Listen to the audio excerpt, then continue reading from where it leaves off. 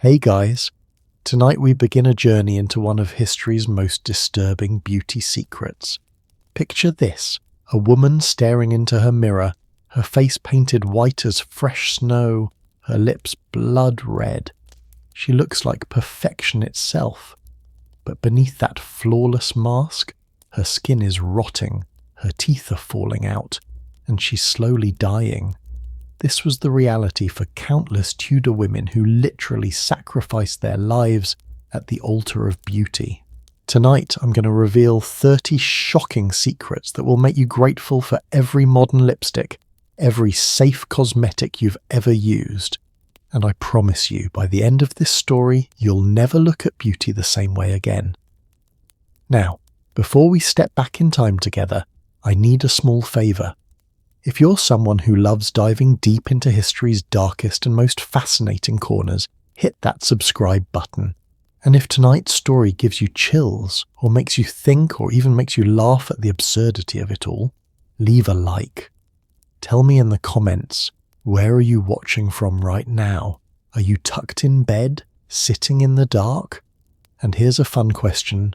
Would you have survived as a Tudor woman? Drop your thoughts below. I genuinely love reading every single comment. Alright, let's dim those lights, get comfortable, maybe wrap yourself in a blanket, and let me take you back 500 years to a world where beauty wasn't just about looking good, it was about proving you were worth something. Let's begin. Close your eyes for a moment and imagine you're waking up in Tudor England. Not as a peasant working the fields, no, you're a lady of the court, a woman of status and privilege. The year is 1580, and today is an important day.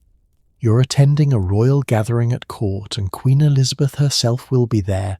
You must look perfect, not just pretty, perfect. Because in this world, your face is your fortune. Your appearance determines your marriage prospects, your social standing, even your survival. But here's the thing nobody tells you about Tudor beauty. It was built on a foundation of poison. Let me paint you a picture of what beautiful meant in the 1500s. Forget everything you know about modern beauty standards. The Tudor ideal was striking in its specificity. Hair as light as gold or flame red like the Queen's, cheeks and lips the colour of crushed roses, and above all, skin as white as snow. Not just pale, not just fair, white, ghostly, luminescent, the kind of white that made you look almost otherworldly. Why? Well, the answer tells you everything about Tudor society. If you were tan, it meant you worked outside. It meant you were a farmer's daughter, a merchant's wife, someone who toiled under the sun. But if your skin was that supernatural white, it meant you never had to work a day in your life. It meant you were nobility, wealth, power. Your pale skin was a billboard advertisement screaming, "I'm better than you." And women, particularly wealthy women, would do anything to achieve that look. Enter ceruse, the miracle makeup of the Tudor age, the foundation that every fashionable woman simply had to have. It came in little pots, smooth and creamy with the consistency of thick paint. When applied, it gave you that coveted snow-white complexion. It covered blemishes, scars, wrinkles. Anything imperfect just vanished under its transformative power. It was, by all accounts, magical. There was just one tiny problem. It was made of white lead mixed with vinegar. Yes, lead. The same stuff that's now banned in basically everything because we know it's horrifically toxic. But the Tudors? They knew it was poisonous too. They absolutely knew. Medical texts from the period warned about it. Doctors cautioned against it. Everyone understood that ceruse was dangerous, and women wore it anyway. Let me tell you about the application process, because it's important to understand just how committed these women were. You didn't just dab a bit of ceruse on like modern foundation. Oh no, this was a ritual, a transformation. First, you'd sit at your dressing table, probably still in your shift, your linen undergarment, while your lady's maid prepared the mixture. She'd take the ceruse, this thick white paste, and begin applying it to your face with careful, deliberate strokes. Layer after layer after layer. By the time she was finished, you'd be wearing about 1/4 inch of this lead-based paint on your face.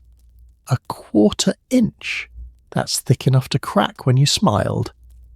And here's the kicker. You didn't wash it off. Not that night. Not the next day. Sometimes not for several days. Women would simply apply another layer on top of the old one, building up this toxic mask that would literally melt and turn grey and shiny in the heat.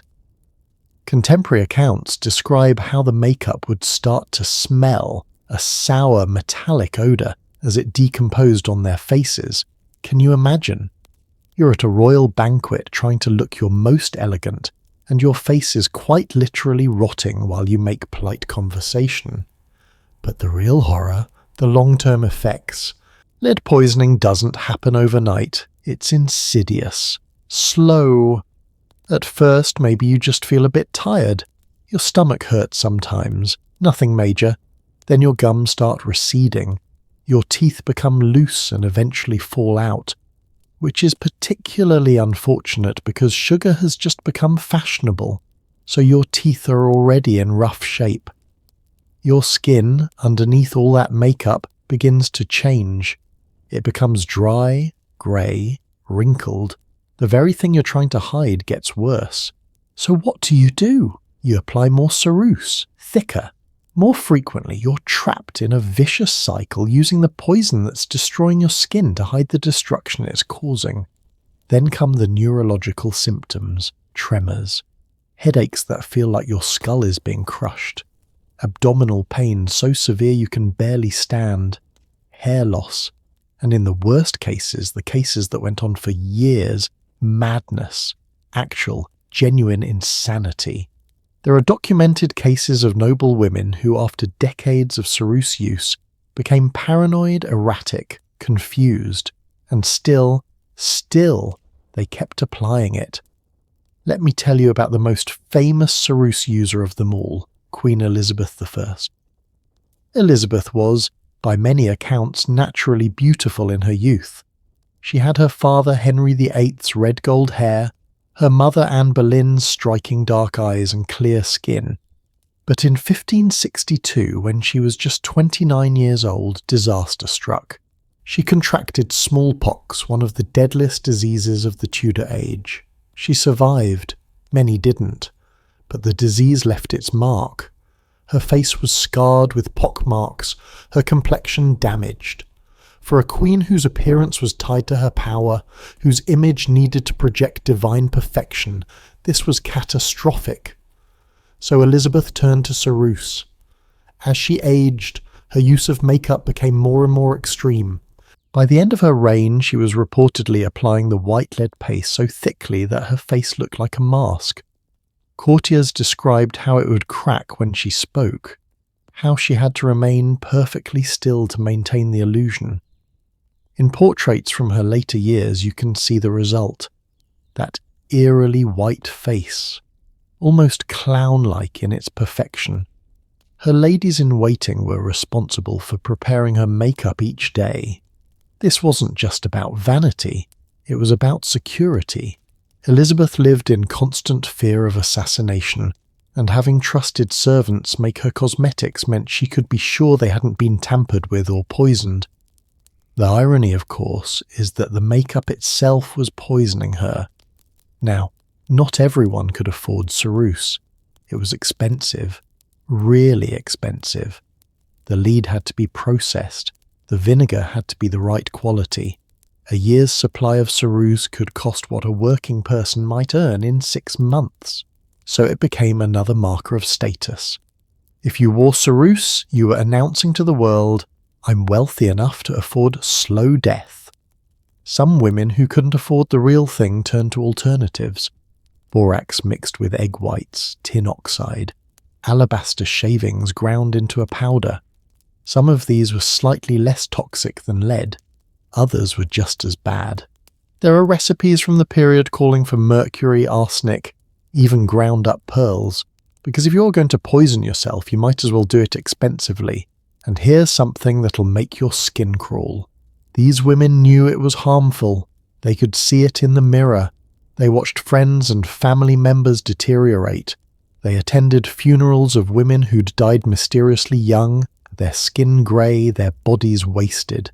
But the social pressure was so intense, the beauty standard so rigid, that they kept doing it anyway. 'Cause what was the alternative? Show your natural, healthy but tanned skin and be mistaken for a peasant? Be passed over for marriage because you weren't pale enough? Risk social humiliation? In their minds, the choice was clear. Poison yourself or face social death. And for many, social death was worse. There's a particularly heartbreaking account from a 1590s diary.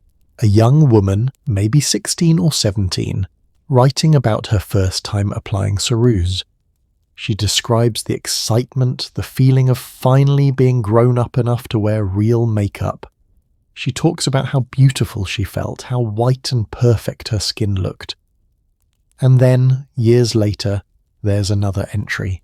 She's in her mid-20s now, and she's describing the pain in her stomach, the way her hands shake, how she can't seem to think clearly anymore.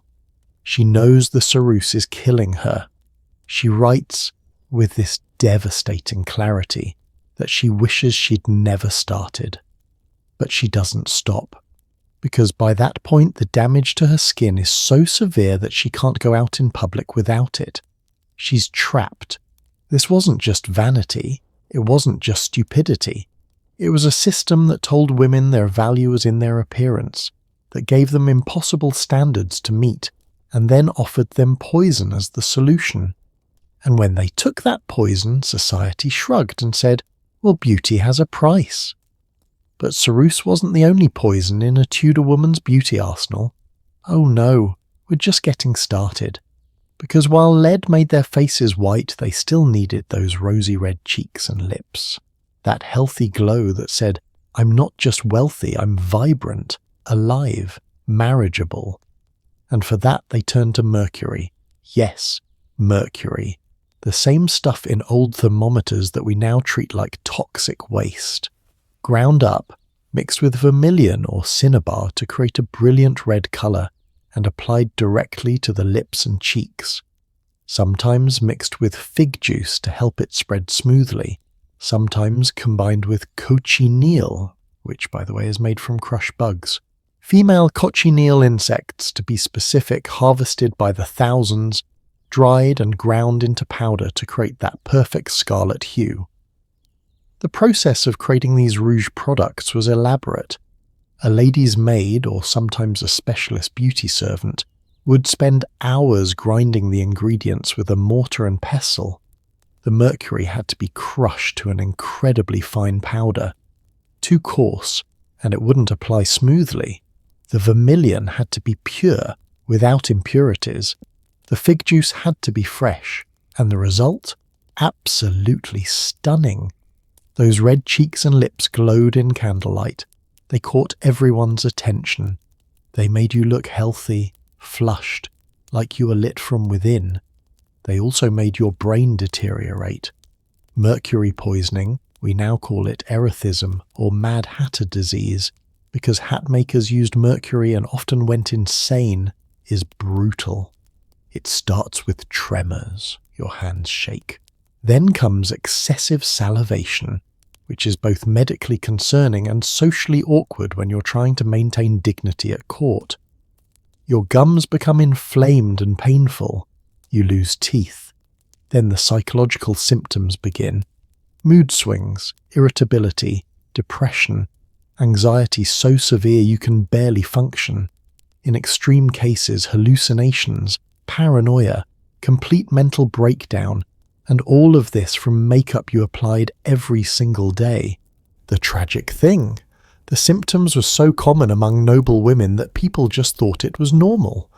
They'd say things like, "Oh, Lady Catherine, she's become rather melancholic lately," or "Poor Lady Anne, she's always been a bit high-strung. Nobody connected the dots. Nobody said, maybe it's the toxic heavy metals you're rubbing on your face twice a day." But here's where it gets even more insidious. Remember, These cosmetics were applied by servants, ladies' maids who were with these women every day, who mixed and applied the makeup, who saw the deterioration up close. These maids were often from lower social classes, women who couldn't afford these cosmetics themselves, and they were dying too, not from using the makeup, from making it. Grinding mercury creates dust, toxic dust that you inhale, day after day, year after year. There are court records that show unusually high mortality rates among ladies' maids. They rarely lived past 40. Their mistresses thought they were just unlucky or weak. Nobody realized they were being poisoned by proxy. Now, you might be thinking, surely someone spoke up. Surely someone said this was madness. Oh, some did. There were a few physicians who loudly proclaimed that these cosmetics were dangerous. They wrote treatises, they gave lectures. Some even went to court to try to convince the Queen to ban these products. But they were fighting against something more powerful than medicine: fashion, status, the entire social structure of Tudor England. Because here's the thing, Elizabeth I herself wore these cosmetics. The Queen, the woman who was the ultimate arbiter of fashion, the trendsetter, the icon. If the Queen wore ceruse and vermilion, then every woman who wanted to be fashionable, who wanted to fit in at court, who wanted to advance their family's social position, had to wear them too. It was peer pressure at its most deadly. There's a wonderful, or rather terrible, irony in all of this. These women were using poison to make themselves more beautiful, more attractive, more marriageable, but the poison was making them less so. The lead destroyed their skin, making them need more makeup to cover the damage. The mercury destroyed their mental health, making them unpredictable and difficult. Their teeth fell out, their hair fell out, they aged prematurely, and yet they kept doing it, because the alternative, showing the world their natural face, was unthinkable. Think about that for a moment. They would rather die slowly than be seen without makeup. In a way, it's not so different from today, is it? We may not use lead and mercury anymore, thank God, but we still have intense pressure to look a certain way. We still have impossible standards. We still have billion-dollar industries built on making us feel inadequate unless we buy their products. The difference is our lipsticks won't kill us. Our foundations won't give us brain damage. We have regulations, safety testing, ingredient lists. We have choices that don't involve choosing between beauty and survival. But those Tudor women, they didn't have that luxury. They lived in a world where your face was your currency, and they were willing to spend their lives to maintain it. As I sit here, researching these stories, looking at portraits of these women, their white faces, their red lips, their elaborate costumes, I can't help but feel this overwhelming sadness.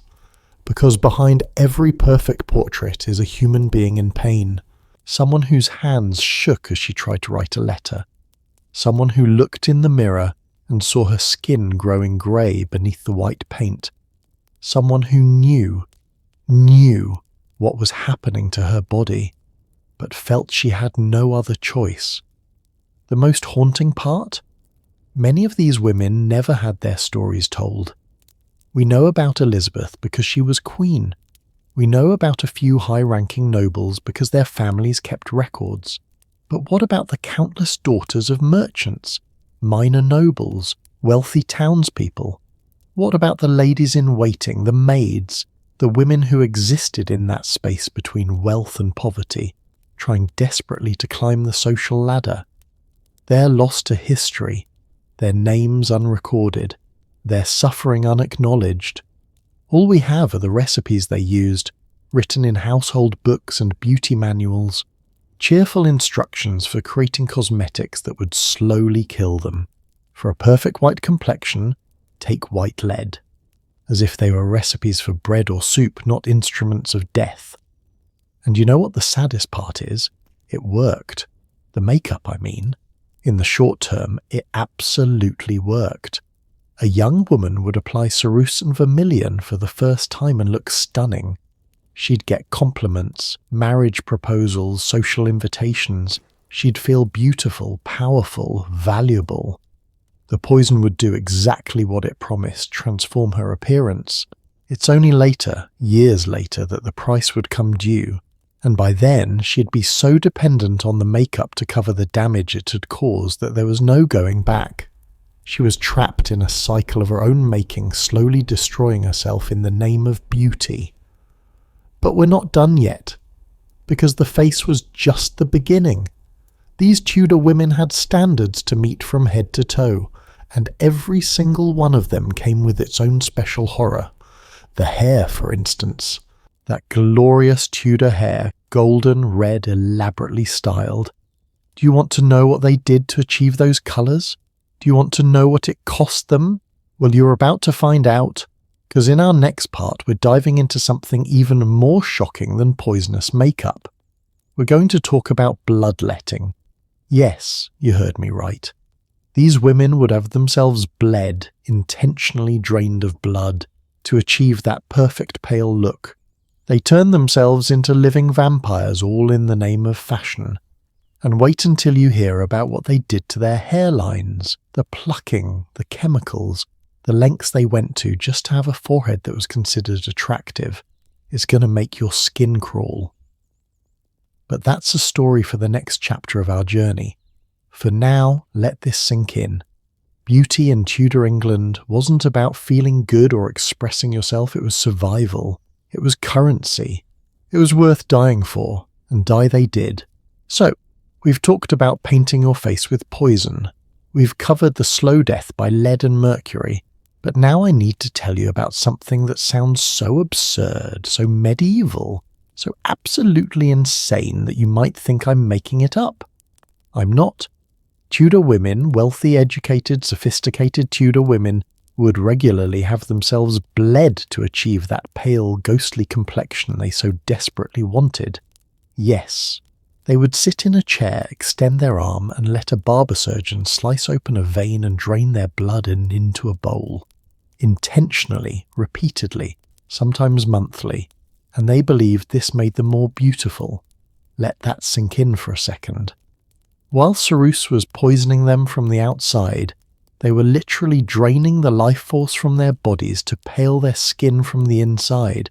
It's like something out of a horror movie, except it was real life, their life.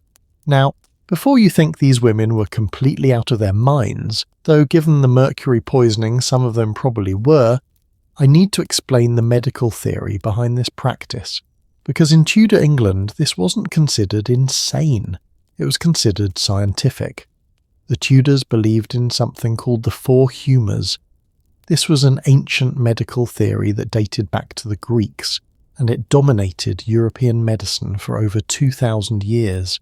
According to this theory, your body contained four fluids: blood, phlegm, yellow bile and black bile, and your health, your physical health, your mental health, even your personality, depended on keeping these four humours in perfect balance. Too much blood. You were overly passionate, hot-tempered, ruddy-faced. Too much phlegm. You were sluggish, cold, pale, but in an unhealthy way. The key to good health was maintaining equilibrium. And if you had too much of one humour, the solution was simple. Get rid of the excess. For women trying to achieve that coveted pale complexion, the logic went like this. A ruddy, healthy, pink-toned face meant you had too much blood. Your humours were out of balance. You looked like a peasant who worked in the fields, all flushed and robust. That wouldn't do. So the solution was to reduce your blood volume through regular bloodletting. Less blood meant less colour in your cheeks. Less blood meant you looked delicate, fragile, otherworldly. Less blood meant you looked like you'd never done a day's hard work in your life. The fact that less blood also meant you felt weak, dizzy and exhausted. That was actually considered a good thing. Weakness was feminine, strength was masculine. A truly refined lady should appear as though she might faint at any moment. It was elegant. I wish I were joking. Let me walk you through what a bloodletting session actually looked like, because understanding the process makes it even more disturbing. First, you'd send for a barber surgeon. Now these weren't doctors, not by a long shot. Barbers in Tudor England had two jobs, cutting hair and cutting people. They were considered skilled enough with a blade to perform minor surgeries, pull teeth, and yes, let blood. That red and white striped barber pole you still see today? The red represents blood, the white represents bandages. Cheerful, right? The barber surgeon would arrive at your home with his kit, a leather case containing various knives, lancets, and bowls. You'd sit in a chair, probably with your ladies-in-waiting nearby. You'd roll up your sleeve to expose the inside of your elbow, where the veins were most visible. Then came the cut. The barber surgeon would select a vein, usually the median cubital vein in your arm, and make a quick, deep slice with his lancet.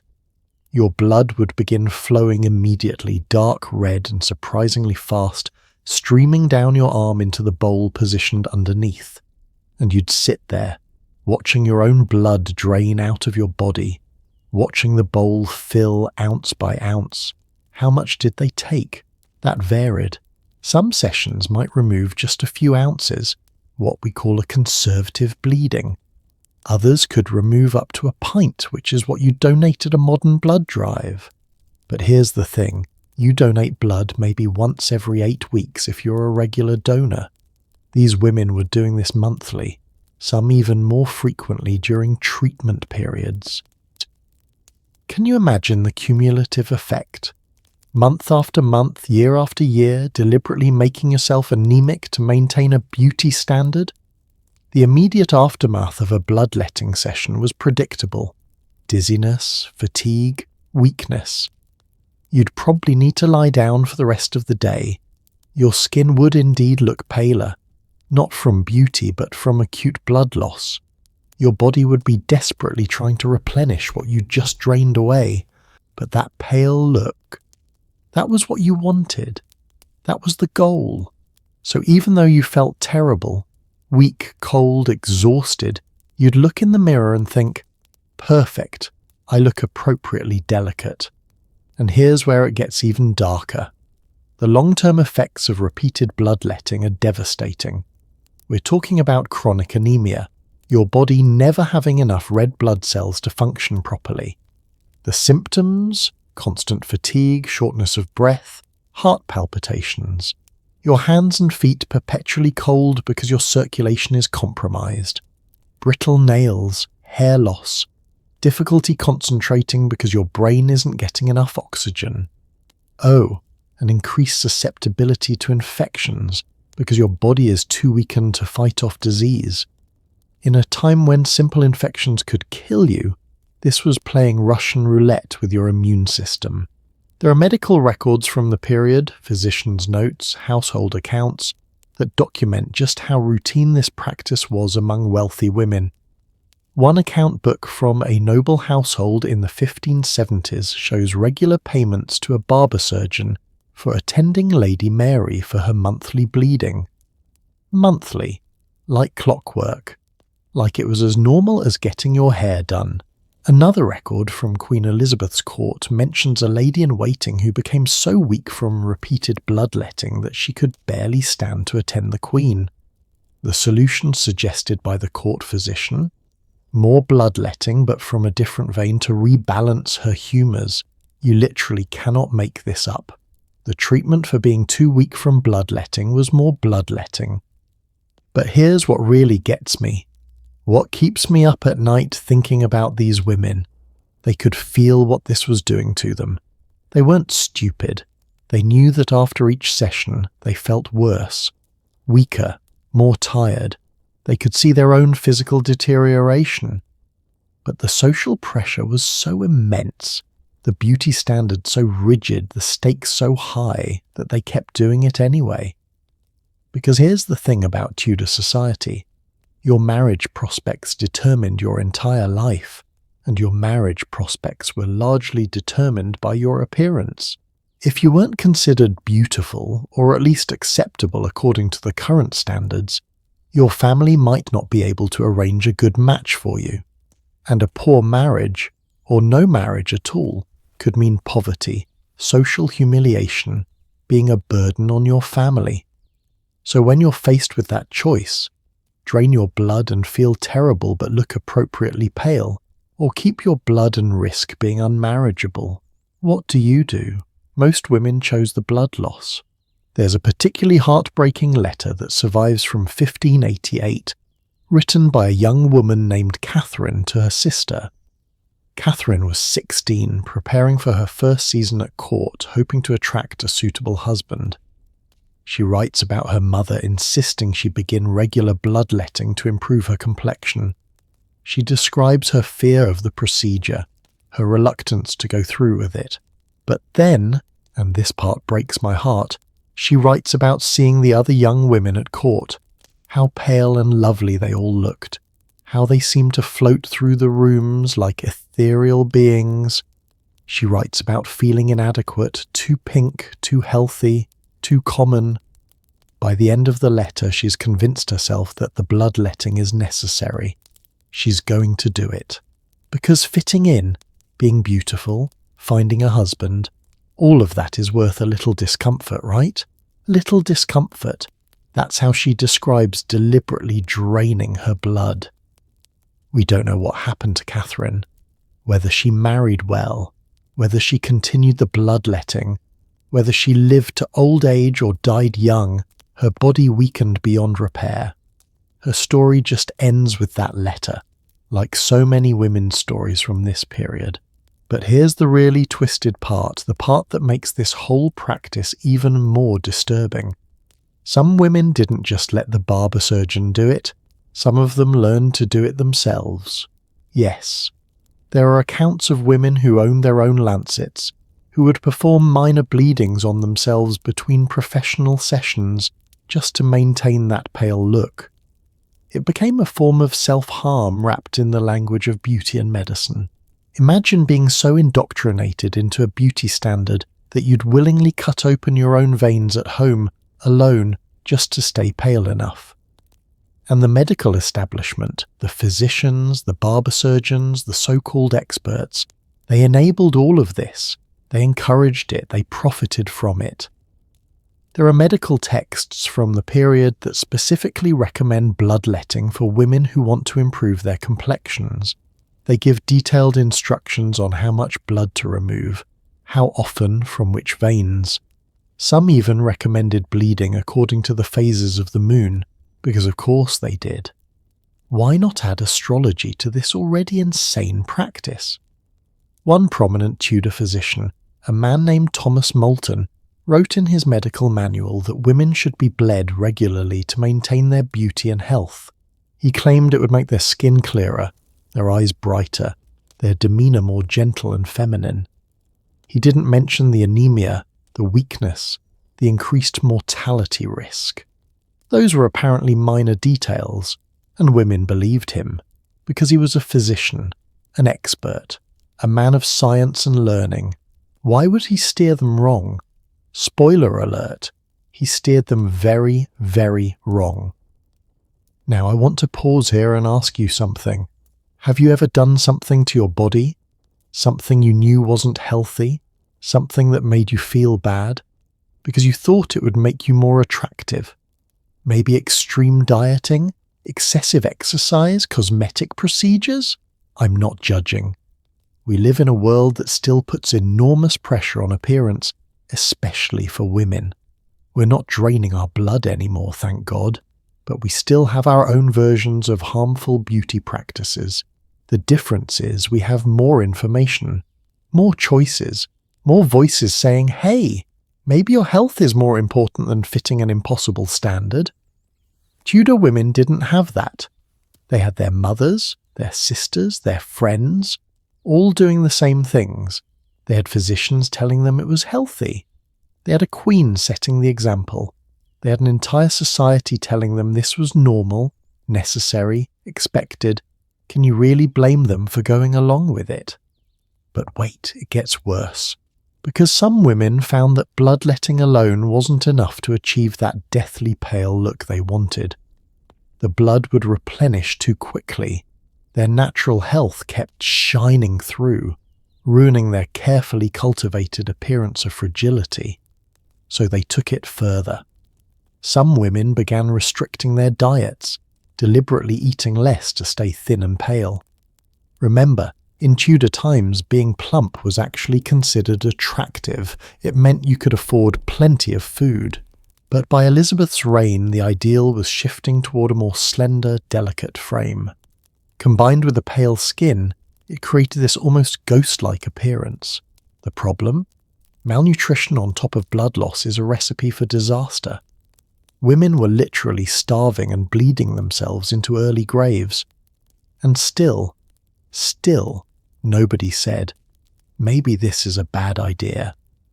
There are death records from the period that list cause of death as things like weakness of constitution, failure to thrive, melancholy and decline.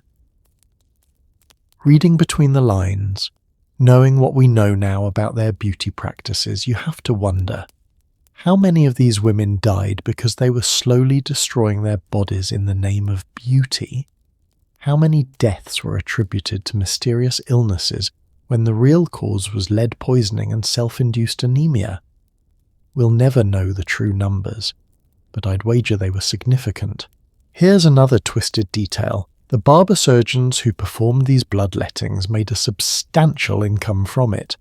Regular appointments with wealthy clients charging good money for each session. They had a financial incentive to encourage this practice, to convince women it was necessary and beneficial. It's like modern diet culture, except instead of selling pills and shakes, they were selling actual bloodletting services, and business was booming. Some enterprising barber surgeons even started offering package deals, monthly bloodletting plus tooth extraction plus a haircut, all for one price. Convenient and horrifying in equal measure. The really insidious part: this practice was so normalized that it appears in artwork. There are paintings and illustrations from the period showing bloodletting scenes, and they're depicted as casual, even pleasant. A lady sits calmly while blood drains from her arm, her attendants nearby, everyone looking serene and composed. It's presented as just another part of a lady's beauty routine. No big deal, just draining your blood to stay pretty. If aliens ever study our history, this is going to be one of the parts they find most baffling. Wait, they did what to themselves? On purpose? Regularly? And they thought this was normal? But again, context matters. In a world without modern medicine, without understanding of blood cells and hemoglobin and oxygen transport, the humour theory made a kind of sense. If you accept the premise that health is about balancing fluids, then removing excess fluid seems logical. The problem was the premise was completely wrong, but they didn't know that. They were doing their best with the knowledge they had, which unfortunately was knowledge that led them to bleed themselves in the name of beauty. You know what the saddest part is? Some women probably did look paler after bloodletting. They look paler because they were anemic, because their bodies were desperately struggling, because they were quite literally draining the life out of themselves. But in the candlelight of a Tudor ballroom, with your face painted white with ceruse and your cheeks touched with vermilion, that sickly pallor looked like the height of beauty.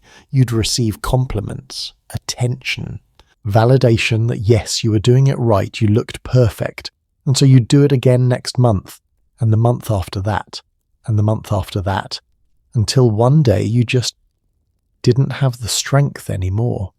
Or you caught an illness your weakened body couldn't fight off. Or your heart, struggling to pump insufficient blood through your body, just gave out. And everyone would say what a tragedy it was. How unexpected. How she seemed fine just yesterday. Nobody would connect it to the years of bloodletting, the years of deliberately weakening her own body. It would just be one of those mysterious deaths that happen to women sometimes. She was always delicate, they'd say. She had a weak constitution. No, She had a society that valued her appearance over her health. She had a beauty standard that required self-destruction. She had no choice. That's the part that haunts me the most. The lack of choice. These weren't vain, silly women making foolish decisions. These were intelligent, educated women trapped in a system that gave them exactly two options: conform and suffer, or rebel and be ostracized. Most chose to suffer, silently, repeatedly, until it killed them. But you know what? We haven't even gotten to the most visible form of Tudor beauty modification. We haven't talked about what they did to their hair. And trust me, once you hear about the chemicals they used, the procedures they endured, the literally painful process of achieving that perfect Tudor hairstyle, you're going to be very grateful for modern hair dye. Because up next we're diving into toxic tresses, the use of urine, yes, urine, in hair treatments, and the reason Queen Elizabeth owned over 80 wigs. Spoiler alert, it's not because she liked variety. It's because her real hair was falling out in clumps from all the chemicals. But that's coming up next. For now, just be grateful that the worst thing your beauty routine involves is maybe staying up too late doing your makeup, or spending too much money at Sephora. At least, nobody's suggesting you drain a pint of blood to look better for your next date. The Tudors set the bar really, really low for beauty standards, and somehow we're still trying to live up to impossible ideals 500 years later. Funny how some things never change, isn't it? Alright, so we've poisoned our faces with lead. We've drained our blood to look appropriately ghostly, but there's one crucial element still missing from our Tudor beauty look. We need colour, because here's the problem with looking like a corpse. You actually look like a corpse. All that pale white skin might scream I'm wealthy and never go outside, but it also screams I might be dead. Not exactly the vibe you're going for when you're trying to attract a husband. So Tudor women needed to add back some life to their faces. They needed rosy cheeks, ruby lips, that flush of youth and vitality that said, I'm pale by choice, not by plague. And to achieve that perfect red, they turned to one of the deadliest substances known to mankind, mercury. Now, I mentioned mercury briefly before, but I didn't tell you the full horror of what it does. I didn't explain why this particular poison was so catastrophic. So let me take you deeper into this nightmare. Because mercury deserves its own special place in the Hall of Tudor Beauty Horrors. First, let's talk about what mercury actually is. It's a heavy metal. The only metal that's liquid at room temperature. If you've ever seen an old-fashioned thermometer break, that silvery stuff that rolls around in perfect little balls, that's mercury. Beautiful, mesmerizing, and absolutely lethal. The Tudors called it quicksilver, which honestly sounds way cooler than mercury. They were fascinated by it. Alchemists thought it was magical, a key ingredient in turning lead into gold. Physicians used it to treat syphilis. Spoiler alert, it didn't work, it just gave you mercury poisoning on top of syphilis. Fun times. But for our Tudor ladies, mercury had one particularly appealing property. When ground into a fine powder and mixed with certain minerals, it created the most stunning red colour you've ever seen. Vermilion, cinnabar. These weren't just red. They were red, bright, vibrant, the colour of fresh blood, of roses, of rubies. In candlelight, which is how people saw you at evening events, these reds would glow, they'd catch the light and make your lips and cheeks look like they were lit from within. It was magical, irresistible. Every fashionable woman had to have it. The problem, and oh boy is this a big problem, is that mercury doesn't just sit on your skin. It absorbs, it gets into your bloodstream, and once it's in your body, it goes straight for your brain and nervous system like a heat-seeking missile. Let me walk you through what mercury poisoning actually does, because understanding this makes the whole thing so much more tragic. Stage 1 starts subtle. You might not even notice. Maybe your hands shake a little. just a tremor. You might think you're nervous or tired. Maybe you're drooling more than usual. Excessive salivation is one of the first signs, but that's embarrassing, so you don't mention it. Your gums might bleed when you brush your teeth with your toothcloth. Minor things, nothing to worry about. Stage 2 gets harder to ignore. Your teeth start to loosen. Remember, we've already got the lead from the ceruse attacking your teeth from the outside. Now we've got Mercury attacking them from the inside. It's a coordinated assault on your mouth. Your breath starts to smell metallic. Your gums recede, turn black. One by one, your teeth fall out. And here's the kicker. Losing teeth wasn't just a cosmetic problem, though it certainly didn't help with your marriage prospects. Without teeth, you couldn't eat properly. Your diet became limited to soft foods, soups, broths. This meant malnutrition on top of everything else. Your body weakening from multiple angles at once. But the real horror, that's stage 3. That's when Mercury reaches your brain. The psychological symptoms of mercury poisoning are genuinely terrifying. We're talking about personality changes, mood swings that come out of nowhere. One moment you're fine, the next you're overcome with rage or despair or paranoia. You become irritable, anxious, depressed. Your memory starts to fail. You forget conversations. You lose track of time. You have trouble concentrating, can't follow complex thoughts. For educated, intelligent women, women who wrote letters, managed households, engaged in politics and court intrigue, this cognitive decline was devastating. And then come the hallucinations. In severe cases, mercury poisoning causes actual psychosis. You see things that aren't there, hear voices, become convinced that people are plotting against you. In Tudor England, where court politics actually did involve people plotting against each other, imagine how that paranoia would play out. You couldn't trust your own thoughts. Were your suspicions real, or were they the poison talking? This is why they called it Mad Hatter disease, by the way. Hat makers in the 18th and 19th centuries used mercury in the felting process, and they went mad so frequently that it became a stereotype. Lewis Carroll's Mad Hatter from Alice in Wonderland? That character is based on actual mercury-poisoned hat makers, stumbling around, talking nonsense, completely divorced from reality. Now imagine being a Tudor woman experiencing these symptoms. But instead of anyone understanding it's poisoning, everyone just assumes you're hysterical. Because that's what they called it when women showed signs of mental illness, hysteria. They thought your womb was wandering around your body causing problems. I wish I were making this up. So here you are, literally being driven insane by the makeup you apply every single day, and the medical response is to bleed you more, maybe give you some herbs, definitely tell you to calm down and be a better wife. Nobody connects it to the pretty red cream you've been rubbing on your lips and cheeks. But let me tell you about the process of making this stuff, because it's almost as horrifying as using it. Creating vermilion required grinding mercury and sulfur together. Sounds simple, right? Just crush it up, mix it, done. Except grinding mercury creates mercury vapor, an invisible gas that you breathe in. And mercury vapor is actually more dangerous than the metal itself because it goes straight to your lungs and then directly into your bloodstream. Who did this grinding? Servants. Usually young girls from poor families who needed the work.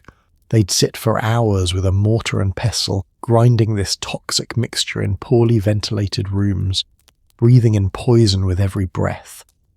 These girls rarely lived past their 20s. There are household records that show noble families going through grinding servants at an alarming rate. One account book from a wealthy London merchant's household in 1591 shows payments to 5 different grinding girls over the course of just 3 years. Where did the other girls go? They died, or became too sick to work, or went mad and had to be sent away, and nobody cared. They were servants, replaceable. There were always more poor girls who needed work. The finished product, this gorgeous red paste would be mixed with other ingredients to make it spreadable. Fig juice was popular because it gave it a nice consistency and a slightly sweet smell. Sometimes they'd add egg whites as a binding agent, occasionally rosewater for fragrance. The result was a cosmetic that looked beautiful, smelled pleasant, and felt smooth on the skin. You'd never know it was slowly destroying your brain. And the application process, that happened multiple times a day.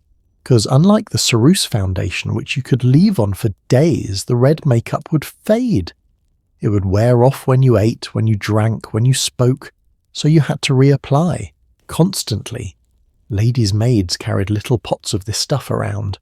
They'd touch up their mistress's lips and cheeks throughout the day. Each application meant more mercury entering the body. It was a cumulative poison. The more you used, the worse it got. There was no safe level. Now you might be wondering, didn't anyone notice that women who wore this makeup were going mad? Didn't anyone see the pattern? Well, here's the thing. Some physicians did notice.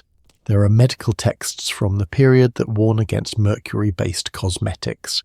One doctor, a man named Paracelsus, great name by the way, wrote in the early 1500s that mercury was a poison to man and should never be used in cosmetics or medicine. He was ignored. Because fashion trumped medicine, status trumped safety, and most importantly, Queen Elizabeth herself wore mercury-based makeup. If it was good enough for the Queen, it was good enough for everyone.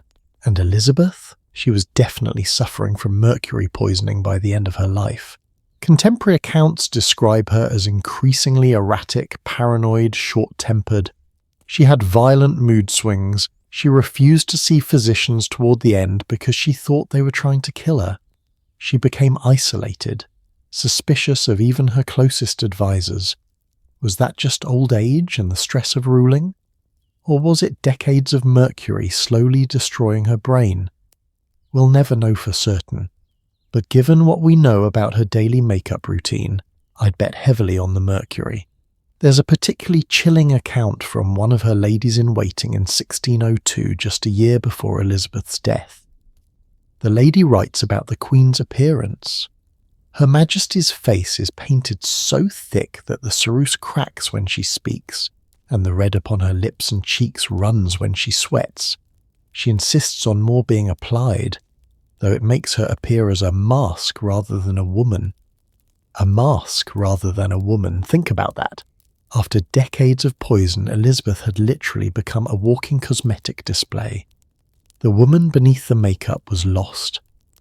But here's what really gets me, and I mean really haunts me about this whole mercury situation.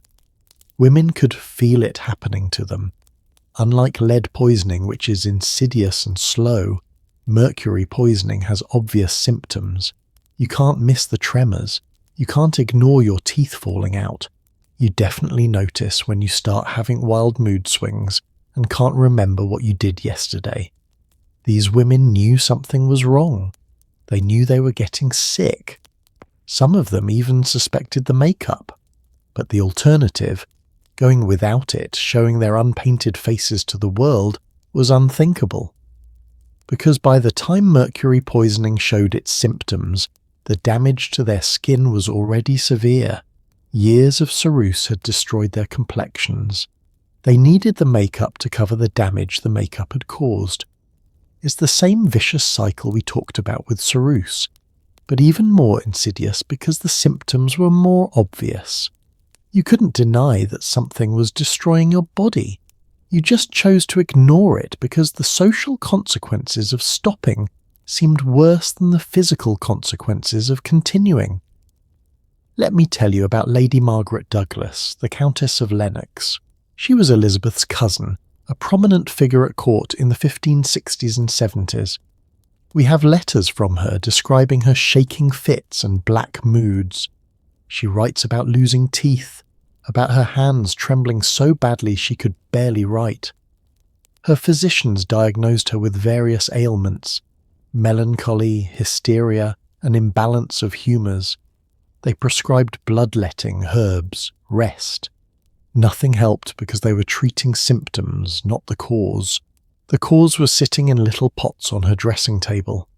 Margaret died in 1578 at age 62, actually pretty old for the time to score one for her constitution, but accounts from her final years describe a woman who was essentially a shell of herself, confused, angry, barely recognizing her own family, classic late-stage Mercury poisoning, and through it all, right up until the end, she continued wearing her makeup.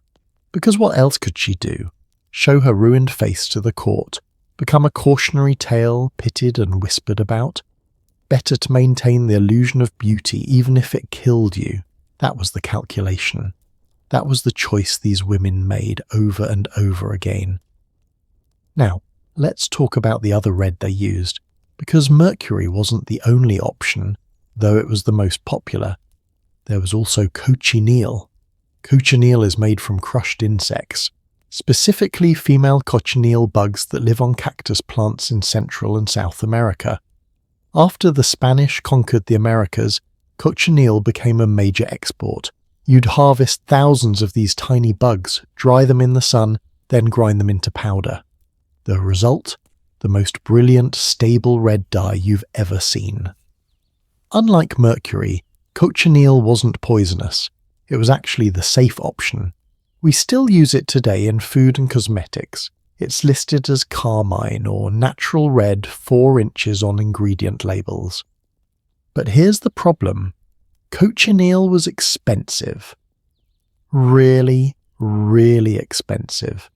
It had to be shipped from the Americas, which meant it was subject to supply issues, piracy, trade restrictions. During times of conflict with Spain, cochineal became nearly impossible to get in England. Mercury, on the other hand, that could be sourced from European mines. It was cheaper, more readily available, more reliable. So guess which one most women used. If you guessed the poisonous one, congratulations, you understand Tudor economics. Only the wealthiest women, we're talking royalty, top-tier nobility, could afford to use cochineal consistently. Everyone else made do with mercury and vermilion. Or they mixed the two, using expensive cochineal for special occasions and cheap mercury for everyday wear. It's darkly fitting that the safe option was reserved for the rich, while everyone else poisoned themselves with the affordable alternative. Some things about class and access to safety really haven't changed, have they? There are also recipes that call for combining the red cosmetics with even more dubious ingredients.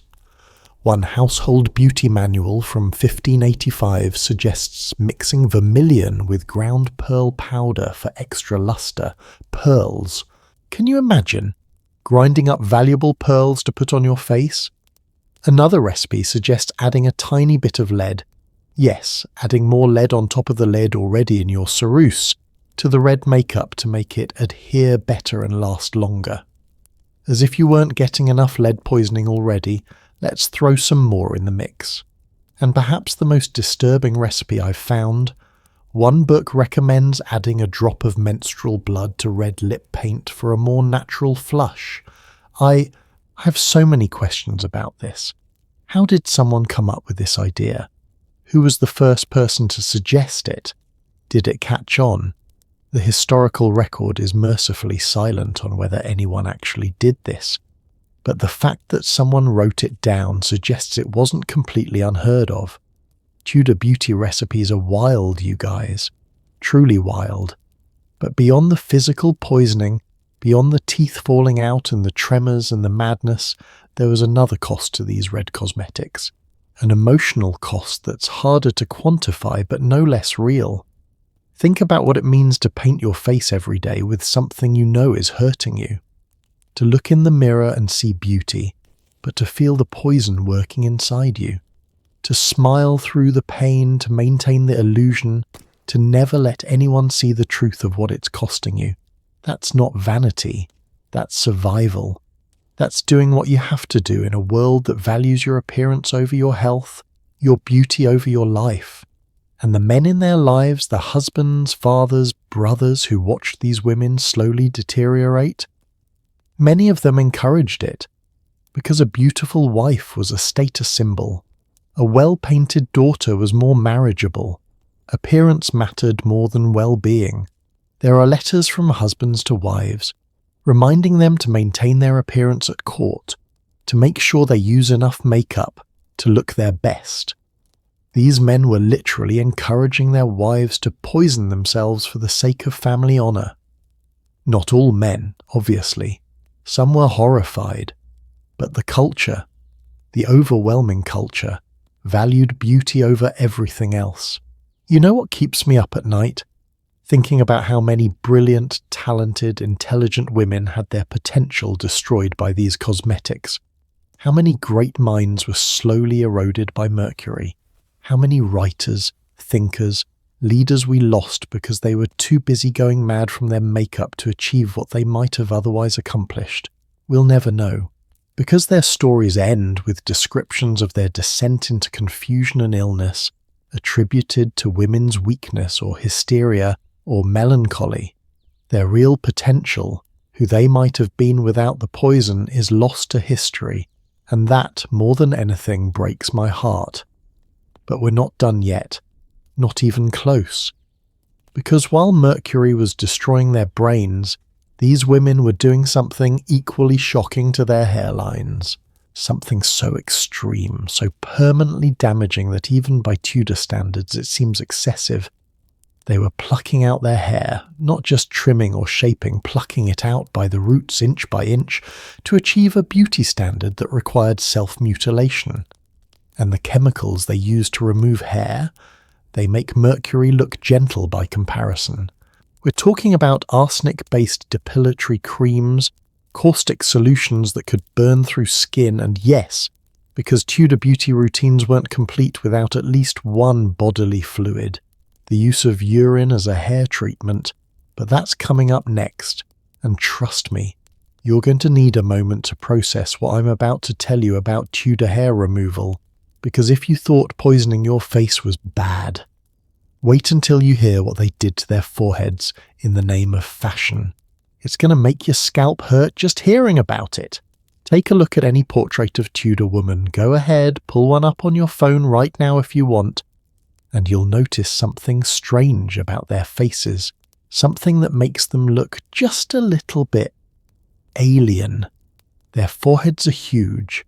I'm not talking naturally high foreheads. I'm talking foreheads that seem to go on forever, stretching back toward their hairlines in a way that just looks wrong to modern eyes. And their eyebrows, either completely absent or reduced to thin, high arches that give them a permanently surprised expression. This wasn't an accident. This wasn't artistic license or bad portrait painting. This was deliberate, intentional. The result of hours upon hours of painful plucking, chemical treatments, and permanent hair removal that would make modern laser hair removal look gentle by comparison. Welcome to the Tudor forehead wars, where women literally reshape their faces, hair by hair, in pursuit of an ideal that required disfiguring themselves. Let me explain the beauty standard first, because you need to understand why anyone would do this to themselves. In Tudor England, particularly during Elizabeth I's reign, intelligence and nobility were believed to be physically visible. They thought you could literally see intelligence in someone's face. And where did intelligence live? In the forehead, specifically in a high, prominent forehead. The logic went like this. A high forehead meant a large skull, which meant a big brain, which meant you were smart. Conversely, a low forehead with hair growing close to your eyebrows meant you were probably stupid, maybe even animalistic, definitely lower class. Never mind that skull size has nothing to do with intelligence. Never mind that this entire theory was complete nonsense. The Tudors believed it, and once the Queen, who naturally had a fairly high forehead, set the trend, every woman who wanted to be fashionable had to follow. But here's the problem. Most women don't naturally have hairlines that start halfway back on their heads. Most women have normal hairlines that begin, at the front of their heads, where hairlines are supposed to be. So what did Tudor women do? They moved them. The process was called plucking the forehead. and it's exactly what it sounds like. You would take a pair of tweezers, usually made of metal, sometimes even silver for wealthy women, and you would pluck out every single hair along your hairline, one by one, for hours, creating a new hairline roughly 1 to 2 inches further back than your natural one. Let me be very clear about what this means. We're not talking about shaping your eyebrows, which is painful enough. We're talking about removing hundreds, possibly thousands of individual hairs from your scalp, from an area that was never meant to be hairless.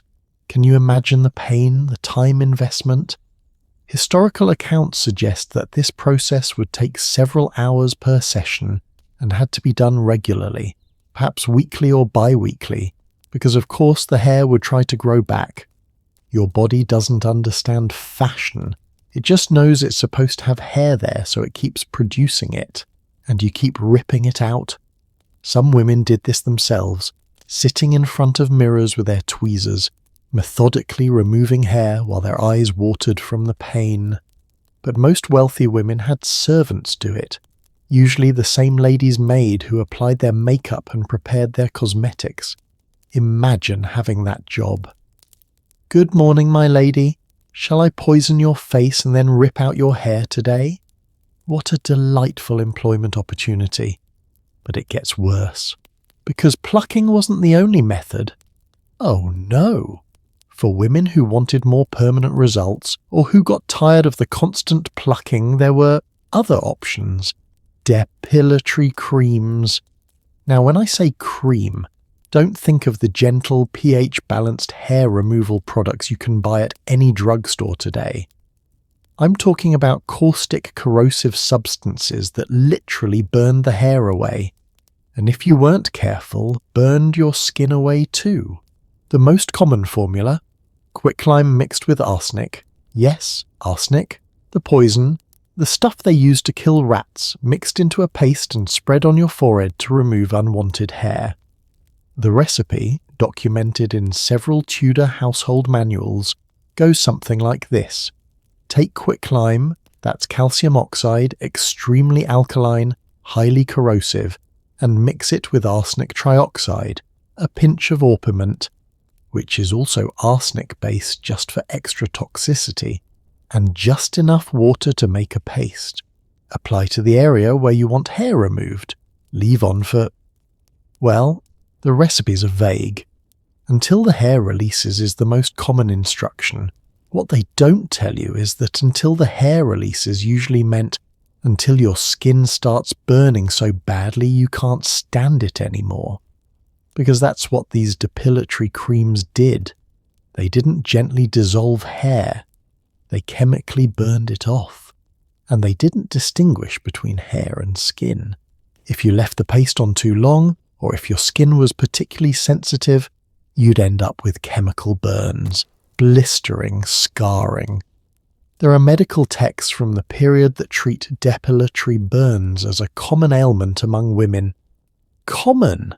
It happened so frequently that physicians had standard treatments for it, usually involving, you guessed it, more toxic substances. They'd treat the burns with lead-based ointments or mercury salves, poison on top of poison.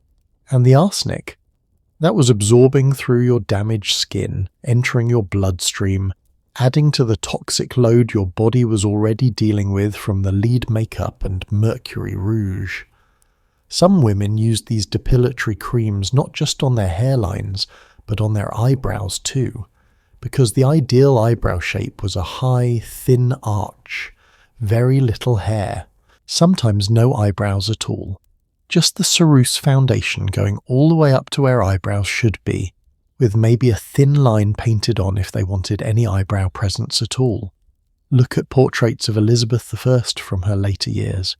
No visible eyebrows, just that high, white forehead stretching on forever. It's striking, distinctive, and it required regular chemical burns to maintain. Now, let me tell you about a woman named Anne Clifford, Countess of Dorset. She kept detailed diaries throughout her life, from 1603 until 1676, and they're an incredible window into aristocratic women's lives.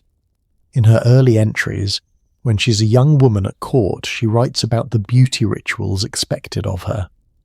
There's an entry from 1605 where she describes having her forehead plucked for an upcoming court appearance.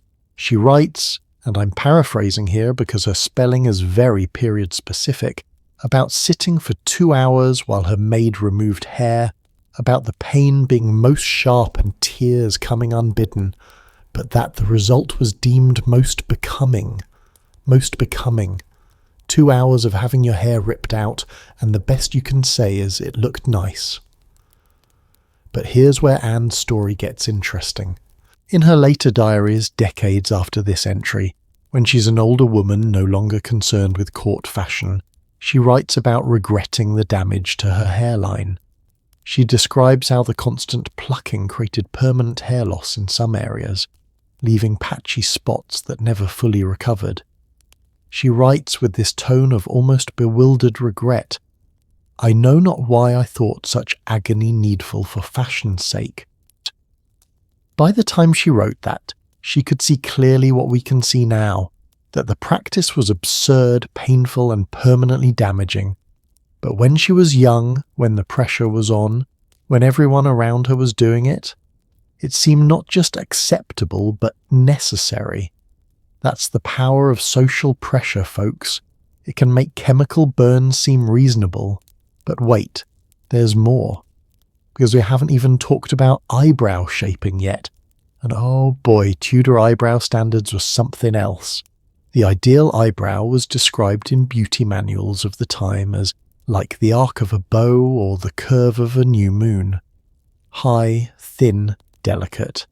Anything thick or straight was considered masculine, unattractive, common.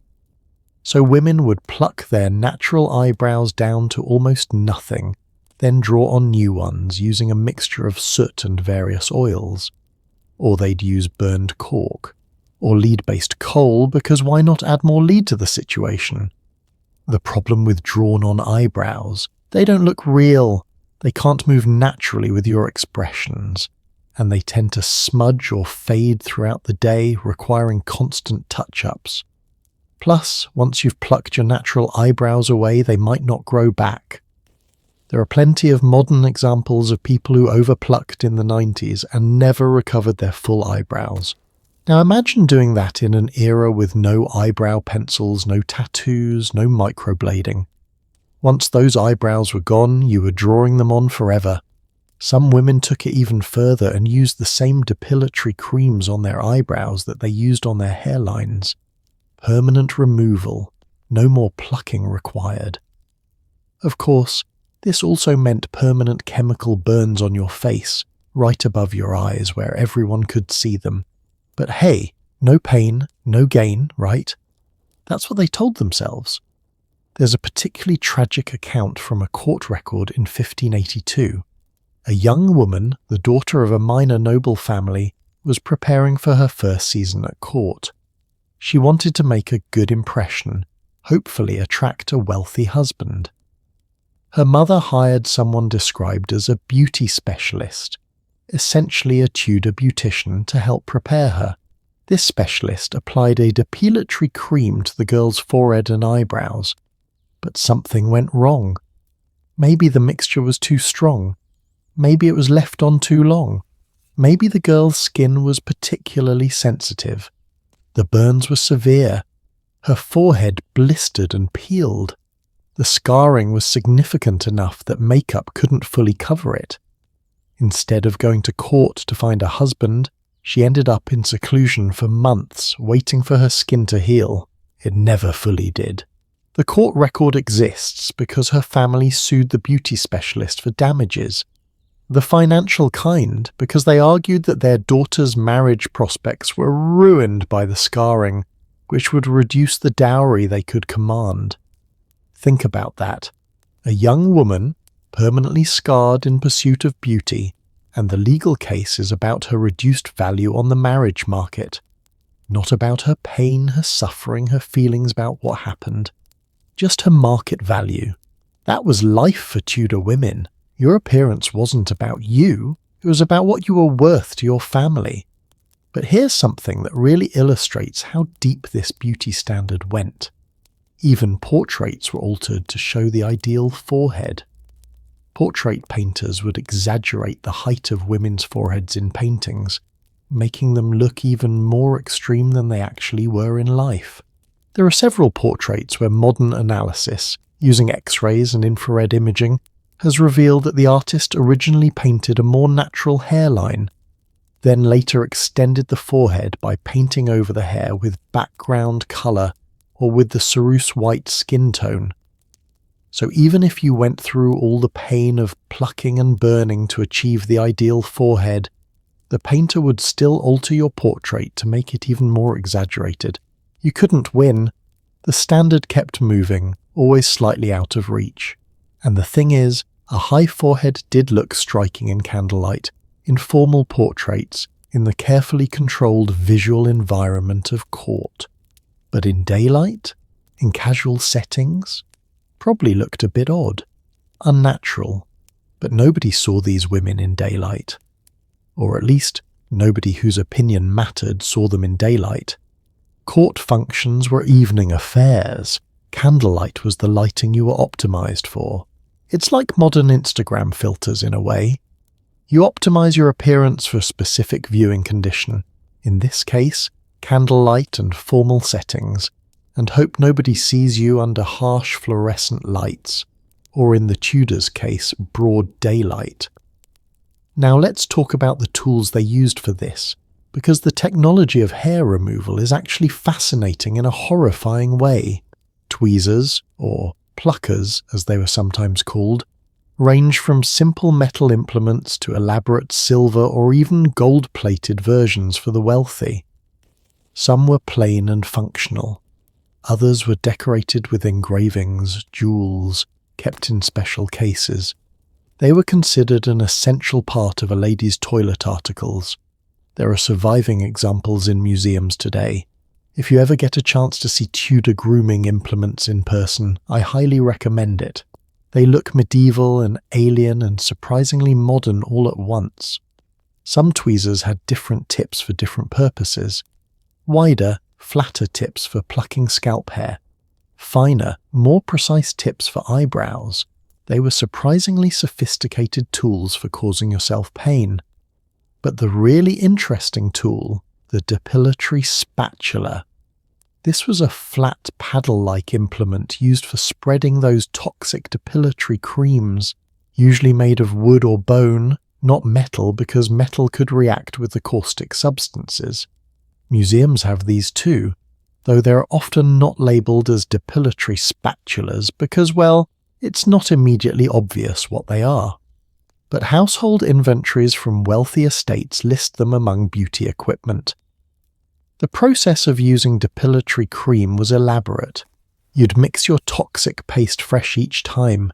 You couldn't store it because the ingredients would react and become even more caustic.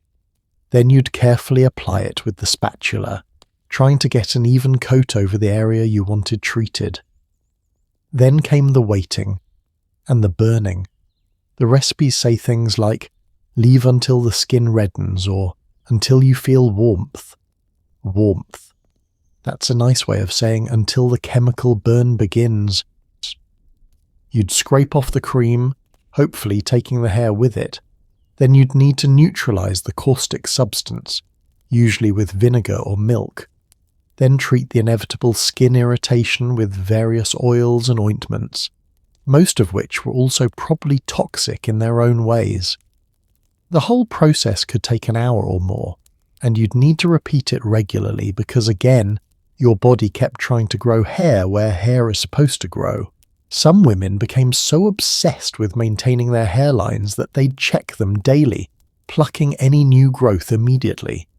It became a compulsion, a ritual, part of their daily routine like brushing teeth or washing hands. There are references in letters and diaries to women plucking their foreheads while chatting with friends, while listening to music, while having their evening meal. It was just something you did. Casual self-mutilation as a background activity. And the social pressure to maintain this standard was intense. If you showed up at court with a low forehead, with natural hairline, with thick eyebrows, people would talk. You'd be considered unfashionable, lower class, not properly groomed. There's a wonderful, or rather terrible, letter from 1598, where one courtier writes to another, gossiping about a young woman who'd arrived at court with an unfashionably low forehead and common thick brows. The letter writer speculates that the girl must be from country stock, and doubts she'll find a good match at court. The cruelty was casual, automatic. Your natural face was subject to judgment and ridicule. But here's what gets me.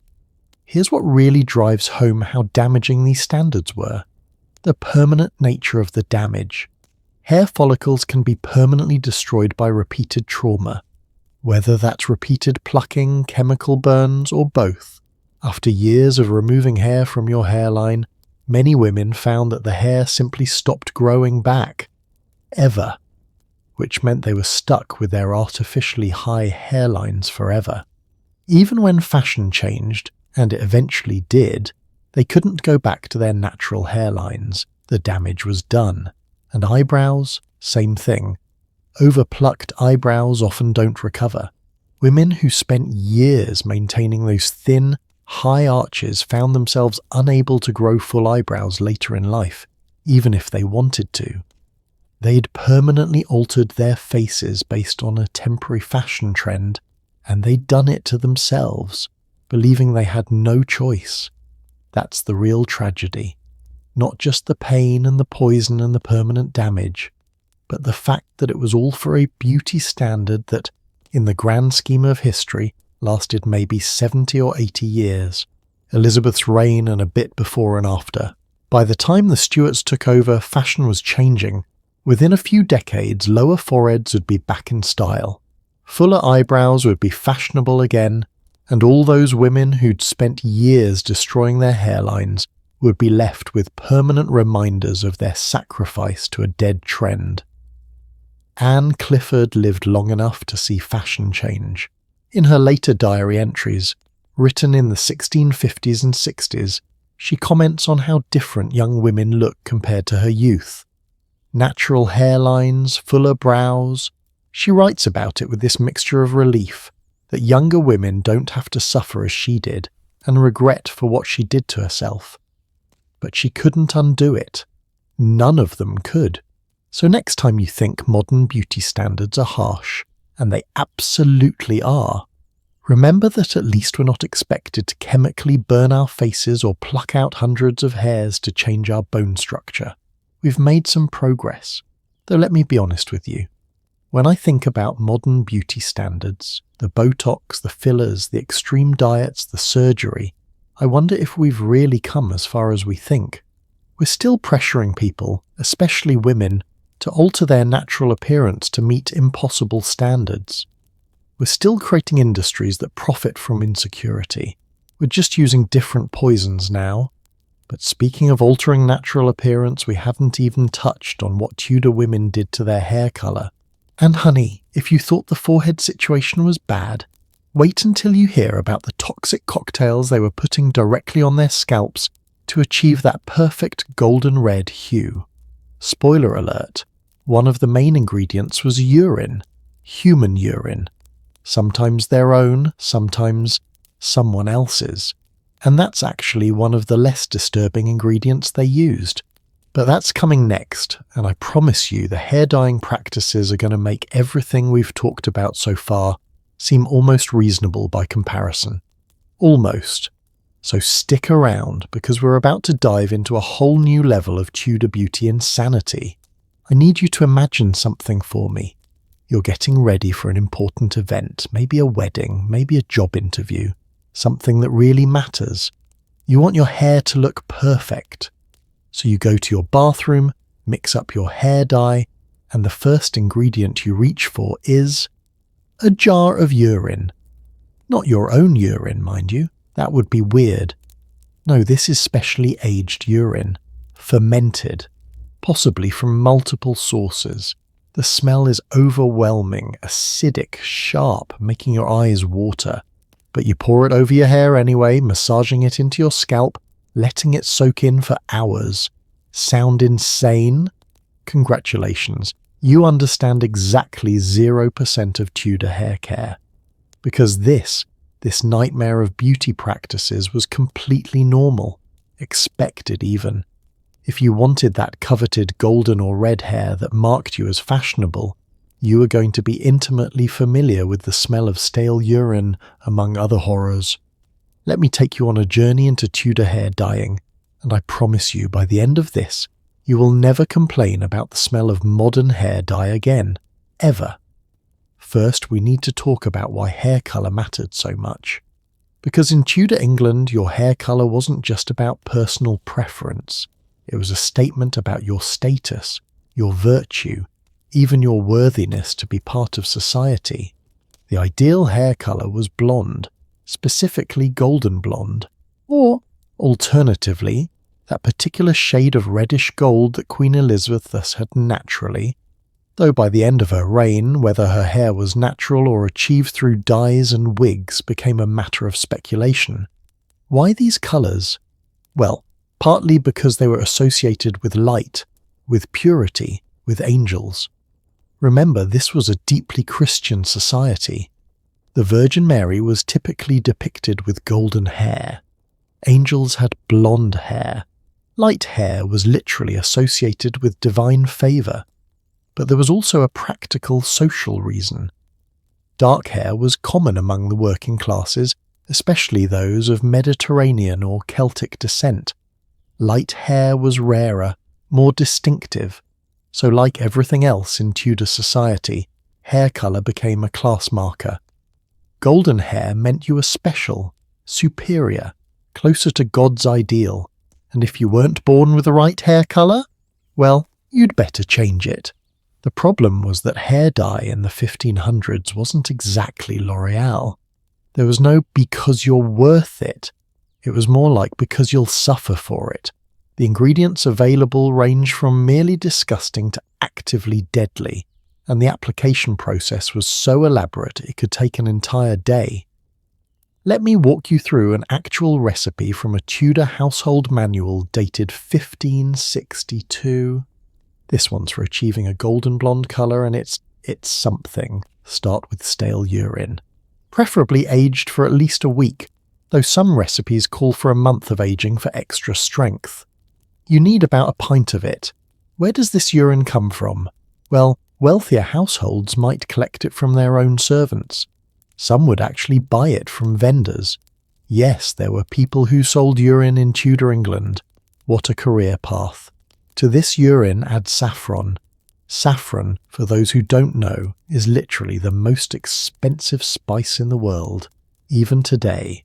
It comes from crocus flowers, and you need thousands of flowers to produce even a small amount. So already we're mixing one of the most precious substances on earth with human waste. Luxury and degradation in one bottle. Then add cumin seed, ground into a fine powder, celandine flowers which are yellow and toxic, and oil. Sometimes almond oil for the wealthy, sometimes just rendered fat for everyone else. Mix it all together until you have this golden yellow, absolutely reeking paste. Now comes the fun part. Application. You'd sit outside, ideally in full sun, because sunlight was believed to activate the dye. Your maid would apply this toxic urine-based concoction to your hair, section by section, making sure every strand was thoroughly coated. The smell would be overwhelming. The recipes don't mention this, but contemporary letters do. One woman writes to her sister about the most grievous stink of hair dyeing, saying she had to burn incense for hours afterward to clear the smell from her chambers. Then you'd sit for hours in the sun with urine and toxic flowers fermenting on your scalp. Some recipes say to leave it on for 3 hours, others say 6. One particularly ambitious recipe suggests leaving it on overnight, sleeping with your hair wrapped in cloth soaked in the mixture. Can you imagine? Your pillow would never recover. The urine, by the way, wasn't just there for fun, it served a chemical purpose. Urine contains ammonia, which breaks down into ammonium hydroxide as it ages. This is a base, meaning it's alkaline, and it opens up the hair shaft, allowing other ingredients to penetrate. It's actually the same principle modern hair dye uses, except modern dyes use synthesized ammonia in carefully measured amounts, not fermented human waste in whatever concentration happens to result from the aging process. So Tudor women understood the chemistry in a way. They just had to use the grossest possible method to achieve it. But here's where it gets really interesting. And by interesting, I mean horrifying. Urine-based dyes were actually the safer option, because when those didn't work or didn't produce a light enough colour, women turned to other ingredients. Ingredients like lead. Yes, we're back to lead. Apparently the Tudors couldn't get enough of this stuff. For hair dyeing, they'd use lead oxide mixed with slaked lime, that's calcium hydroxide, extremely caustic, creating a paste that would strip pigment from hair and replace it with a yellowish tone. The process was called lead bleaching, and it worked. It really did lighten hair quite effectively, but it also did several other things. It made your hair brittle. We're talking hair that would snap off at the slightest touch. Hair that lost all elasticity, all strength. After repeated lead treatments, women would find their hair breaking off in clumps, leaving patchy, damaged areas that no amount of styling could hide. It burned your scalp. Lead oxide plus lime plus moisture from your scalp equals chemical burns. The recipes would sometimes mention adding oils or fats to soften the mixture, but that's like putting a band-aid on a bullet wound. It barely helped, and of course the lead would absorb through your scalp into your bloodstream. Adding to the lead you were already getting from your face makeup, the lead in your pewter dishes, the lead in your wine. They used lead vessels to make wine sweeter. The lead everywhere in Tudor life. Is it any wonder that cognitive decline was so common among the Tudor aristocracy? Their entire environment was poisoning them, but they kept adding more poison because fashion demanded it. There's a medical case documented by a physician named John Hall, Shakespeare's son-in-law actually, in the early 1600s. He treated a young woman who'd been using lead-based hair treatments for about 2 years. She came to him with severe hair loss, scalp lesions that wouldn't heal, and this is the heartbreaking part, memory problems so severe she couldn't remember conversations from an hour before. She was 23 years old. Hall tried various treatments, mostly herbal remedies that probably didn't help much. The outcome isn't recorded, but given the severity of lead poisoning she was experiencing, it's unlikely she recovered fully. She probably spent the rest of her life dealing with the consequences of trying to be blonde. But some women said, "You know what, forget blonde, I want red hair, like the Queen." Because Elizabeth II's reddish gold hair became incredibly fashionable during her reign. Every woman who wanted to be in favour at court tried to replicate it, and the process for achieving red hair was somehow even worse than going blonde. The primary ingredient for red dye, henna? Now, henna itself isn't dangerous. It's actually one of the few safe ingredients in Tudor beauty practices. It comes from a plant. It's been used for thousands of years.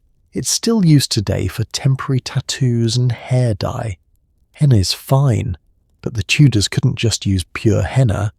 Oh no, they had to mix it with other ingredients to achieve the perfect shade. And those other ingredients? Toxic. One recipe calls for henna mixed with alum, which is moderately toxic and can cause skin irritation, and copperas, which is ferrous sulfate. Ferrous sulfate is used today in industrial processes and as a supplement in carefully measured doses. Tudor women were slathering it on their heads in unknown concentrations mixed with plant matter and left on for hours. Another recipe, and this one makes me genuinely angry, calls for henna mixed with sulfur and yes, more lead. Why? Why add lead to everything? Did they just have huge warehouses of lead sitting around and think, well, might as well put it in all our products? Actually, yes, that's exactly what happened. Lead was cheap, readily available, and had useful properties for dyeing and cosmetics. The fact that it was slowly killing everyone was apparently a minor concern. The application process for henna treatments was similar to the urine-based ones. Apply the paste, sit in the sun, wait for hours, endure the smell. Though at least henna smells earthy and plant-like rather than like a urinal. Small mercies. But here's the really twisted part about red hair dye. Because Elizabeth set the trend, and because everyone wanted to please the Queen, women who naturally had dark brown or black hair would go through this process repeatedly, sometimes monthly, to maintain the red colour. Their hair would become increasingly damaged with each application. And Elizabeth, she was wearing wigs. Starting probably in her 30s, certainly by her 40s, Elizabeth was mostly wearing wigs rather than styling her own hair. She could afford high-quality wigs made from real human hair, often purchased from women who'd sold their hair for money, a whole economy unto itself, dyed to her preferred shade and changed regularly. So these women were destroying their natural hair trying to imitate the Queen's red hair, which wasn't even her real hair to begin with. They were copying a wig. The irony is almost funny, except for the permanent damage they were causing themselves. And speaking of wigs, let's talk about Queen Elizabeth's wig collection, because it's genuinely staggering. Historical records suggest Elizabeth owned over 80 wigs at the height of her reign. 80! Some were red, her signature colour. Some were blonde for variety. Some were elaborate confections incorporating pearls, jewels, even gold thread woven into the hair. These weren't just wigs, they were works of art, and they were necessary because her real hair was falling out. Why was her hair falling out? Well, take your pick. Decades of lead-based cosmetics, Mercury rouge applied near her hairline, possible use of lead-based hair treatments in her youth before she switched to wigs, age, stress. The smallpox she survived in 1562 could have damaged her hair follicles, but mostly, the cumulative toxic load of being a Tudor woman who'd followed every beauty trend for decades finally catching up with her. There are accounts from her later years describing the Queen's natural hair as thin, greying, patchy. Without her wigs and elaborate headpieces, she looked her age, elderly and unwell. With them, she could maintain the illusion of eternal youth and beauty.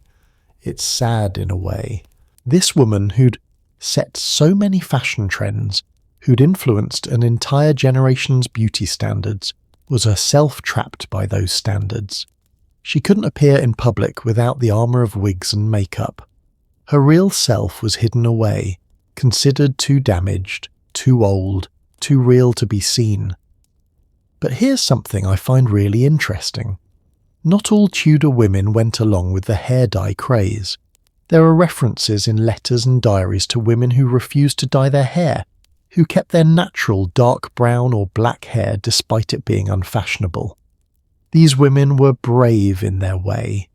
They faced social consequences, being considered less attractive, less fashionable, possibly harming their marriage prospects. But they drew a line. They said, "I'll wear the toxic makeup, I'll pluck my forehead, but I'm keeping my natural hair colour." It's a reminder that even in the most restrictive, appearance-obsessed culture, some people found ways to resist. Small rebellions, personal boundaries. It wasn't much, but it was something. There's a particularly touching letter from 1595, written by a woman named Dorothy to her daughter, who's about to go to court for the first time. Dorothy writes about beauty practices, warning her daughter about the dangers of some cosmetics, while acknowledging that others are needful for fashion's sake. But when it comes to hair dye, Dorothy is adamant. She writes, and I love this line, "Keep thy hair as God gave it to thee, for no fashion is worth the suffering of these treatments, nor the damage they cause." Did her daughter listen? We don't know. But the fact that Dorothy wrote it, that she tried to protect her daughter from this particular torture, gives me hope that not everyone was completely consumed by fashion madness. Now, let's talk about the economics of hair dye, because it tells us a lot about Tudor society. The ingredients for these dyes were expensive. Saffron was literally worth more than gold by weight. Henna had to be imported from North Africa or the Middle East. Even urine, free to produce, had to be aged properly, which required storage space and time. This meant that hair dyeing was largely restricted to the wealthy. Working-class women couldn't afford to spend a day sitting in the sun with exotic spices in their hair. They had jobs, they had work to do. They couldn't spare the time or money, so natural hair colour became another class marker. If you had artificially lightened or reddened hair, it announced to the world that you were wealthy enough to afford the ingredients and time poor enough to spend an entire day on beauty treatments. It's the opposite of modern tanning, where pale skin suggests you work indoors and tan skin suggests you have time and money for beach vacations. In Tudor times, modified hair meant wealth. Natural hair meant poverty. And this created yet another pressure on middle-class women, those merchants' wives, minor gentry, people who are wealthy enough to be seen in society, but not wealthy enough to easily afford these treatments. They'd stretch their budgets, buying cheaper ingredients, maybe mixing their own urine-based dyes at home rather than hiring a beauty specialist. There are household account books that show families going into debt to pay for their daughters' beauty treatments before marriage season, because the potential return, a good marriage, was worth the financial risk. They were investing in their daughters like you'd invest in a business, except the investment meant poisoning and torturing those daughters for months or years. Some women found creative ways to achieve the look without the full expense. There are recipes for temporary hair lightening using chamomile tea and lemon juice, which actually works, is safe, and is still used today. These were the early adopters of natural beauty products, figuring out plant-based alternatives to toxic chemicals. But these natural methods didn't work as dramatically as the toxic ones. You couldn't go from dark brown to blonde using chamomile. At best, you'd get a few subtle highlights. And subtle wasn't fashionable. Dramatic was fashionable. So most women who wanted to follow trends ended up using the toxic ingredients. The safe alternatives just couldn't compete with the results that poison could achieve. Here's another dark reality about Tudor hair treatments. The people who prepared these dyes, the servants who mixed the ingredients, the beauty specialists who applied them, they were being poisoned too.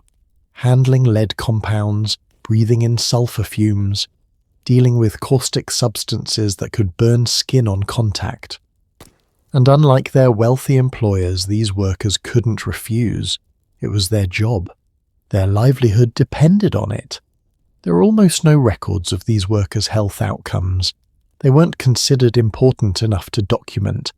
But given what we know about the ingredients they were handling, it's safe to assume many of them suffered from chronic poisoning, skin conditions, respiratory problems. They were dying so wealthy women could be blonde. Nobody thought this was remarkable or worth commenting on. That's just how society worked. You know what's really haunting?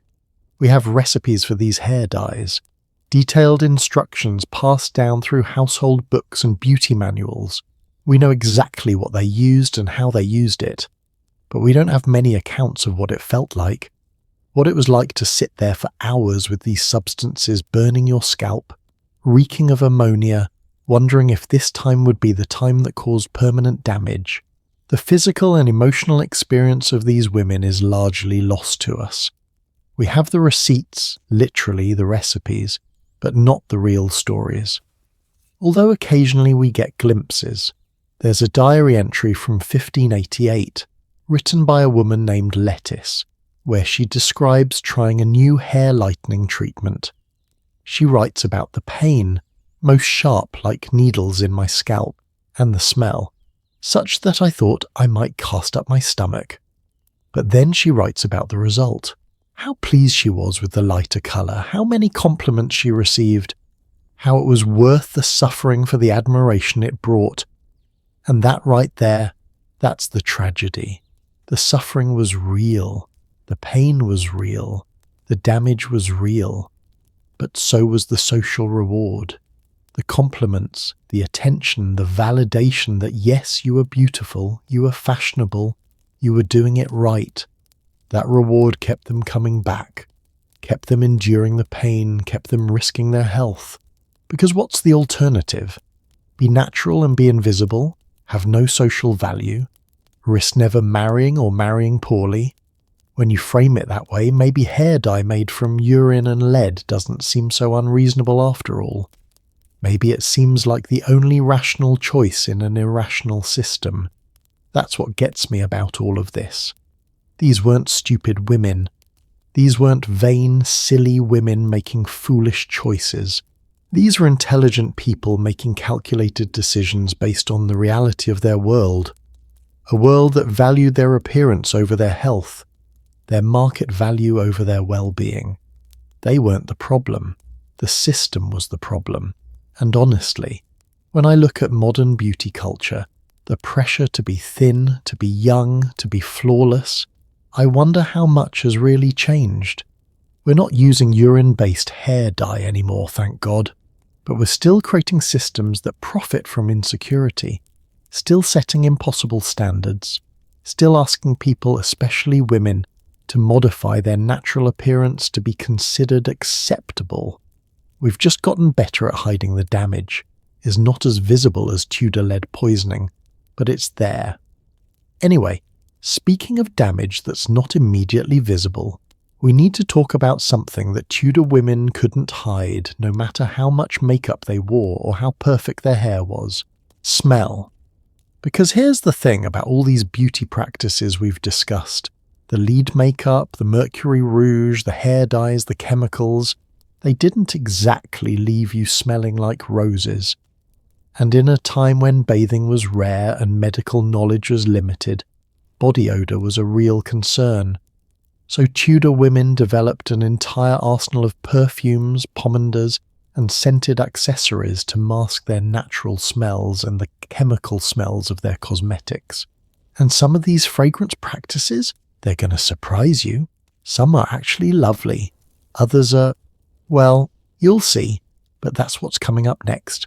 The world of Tudor perfume, a world of whale vomit, animal secretions and flowers soaked in alcohol.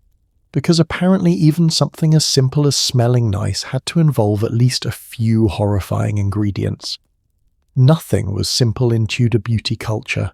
Nothing was easy, and nothing, absolutely nothing was safe. Here's a question for you. What do whale vomit, cat butt secretions and deer glands have in common? If you'd answered things I never want to think about again, you're absolutely correct. But you're also missing the Tudor answer, which is expensive perfume ingredients that every fashionable woman simply had to own. Welcome to the aromatic nightmare that was Tudor fragrance culture, where the quest to smell pleasant involved some of the most revolting substances imaginable, and where the line between delightfully scented and absolutely putrid was thinner than you'd think.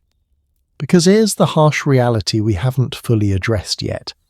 After covering yourself in lead paste that doesn't wash off for days, applying Mercury rouge that makes your breath smell metallic, dyeing your hair with aged urine and rarely bathing, you don't smell good. You smell like a walking chemistry experiment gone wrong, with maybe a hint of decomposition. And in Tudor England, where people spent hours in close quarters, crowded throne rooms, intimate court chambers, packed theatres, smell mattered. A lot. So perfume wasn't optional. It wasn't a luxury for special occasions. It was survival equipment, the olfactory equivalent of armour. You wore it to war against your own body odour and the stench of everyone around you. But Tudor perfume wasn't just about masking bad smells. Oh no, it was also about status, health, and literally warding off death. Because the Tudors believed that disease spread through bad air, what they called miasma. They thought if you smelled something foul, the foulness could enter your body and make you sick. This theory was wrong, obviously. Germs caused disease, not smells, but the Tudors didn't know about germs. They knew that plague seemed to spread in crowded, smelly places, and they connected the dots incorrectly.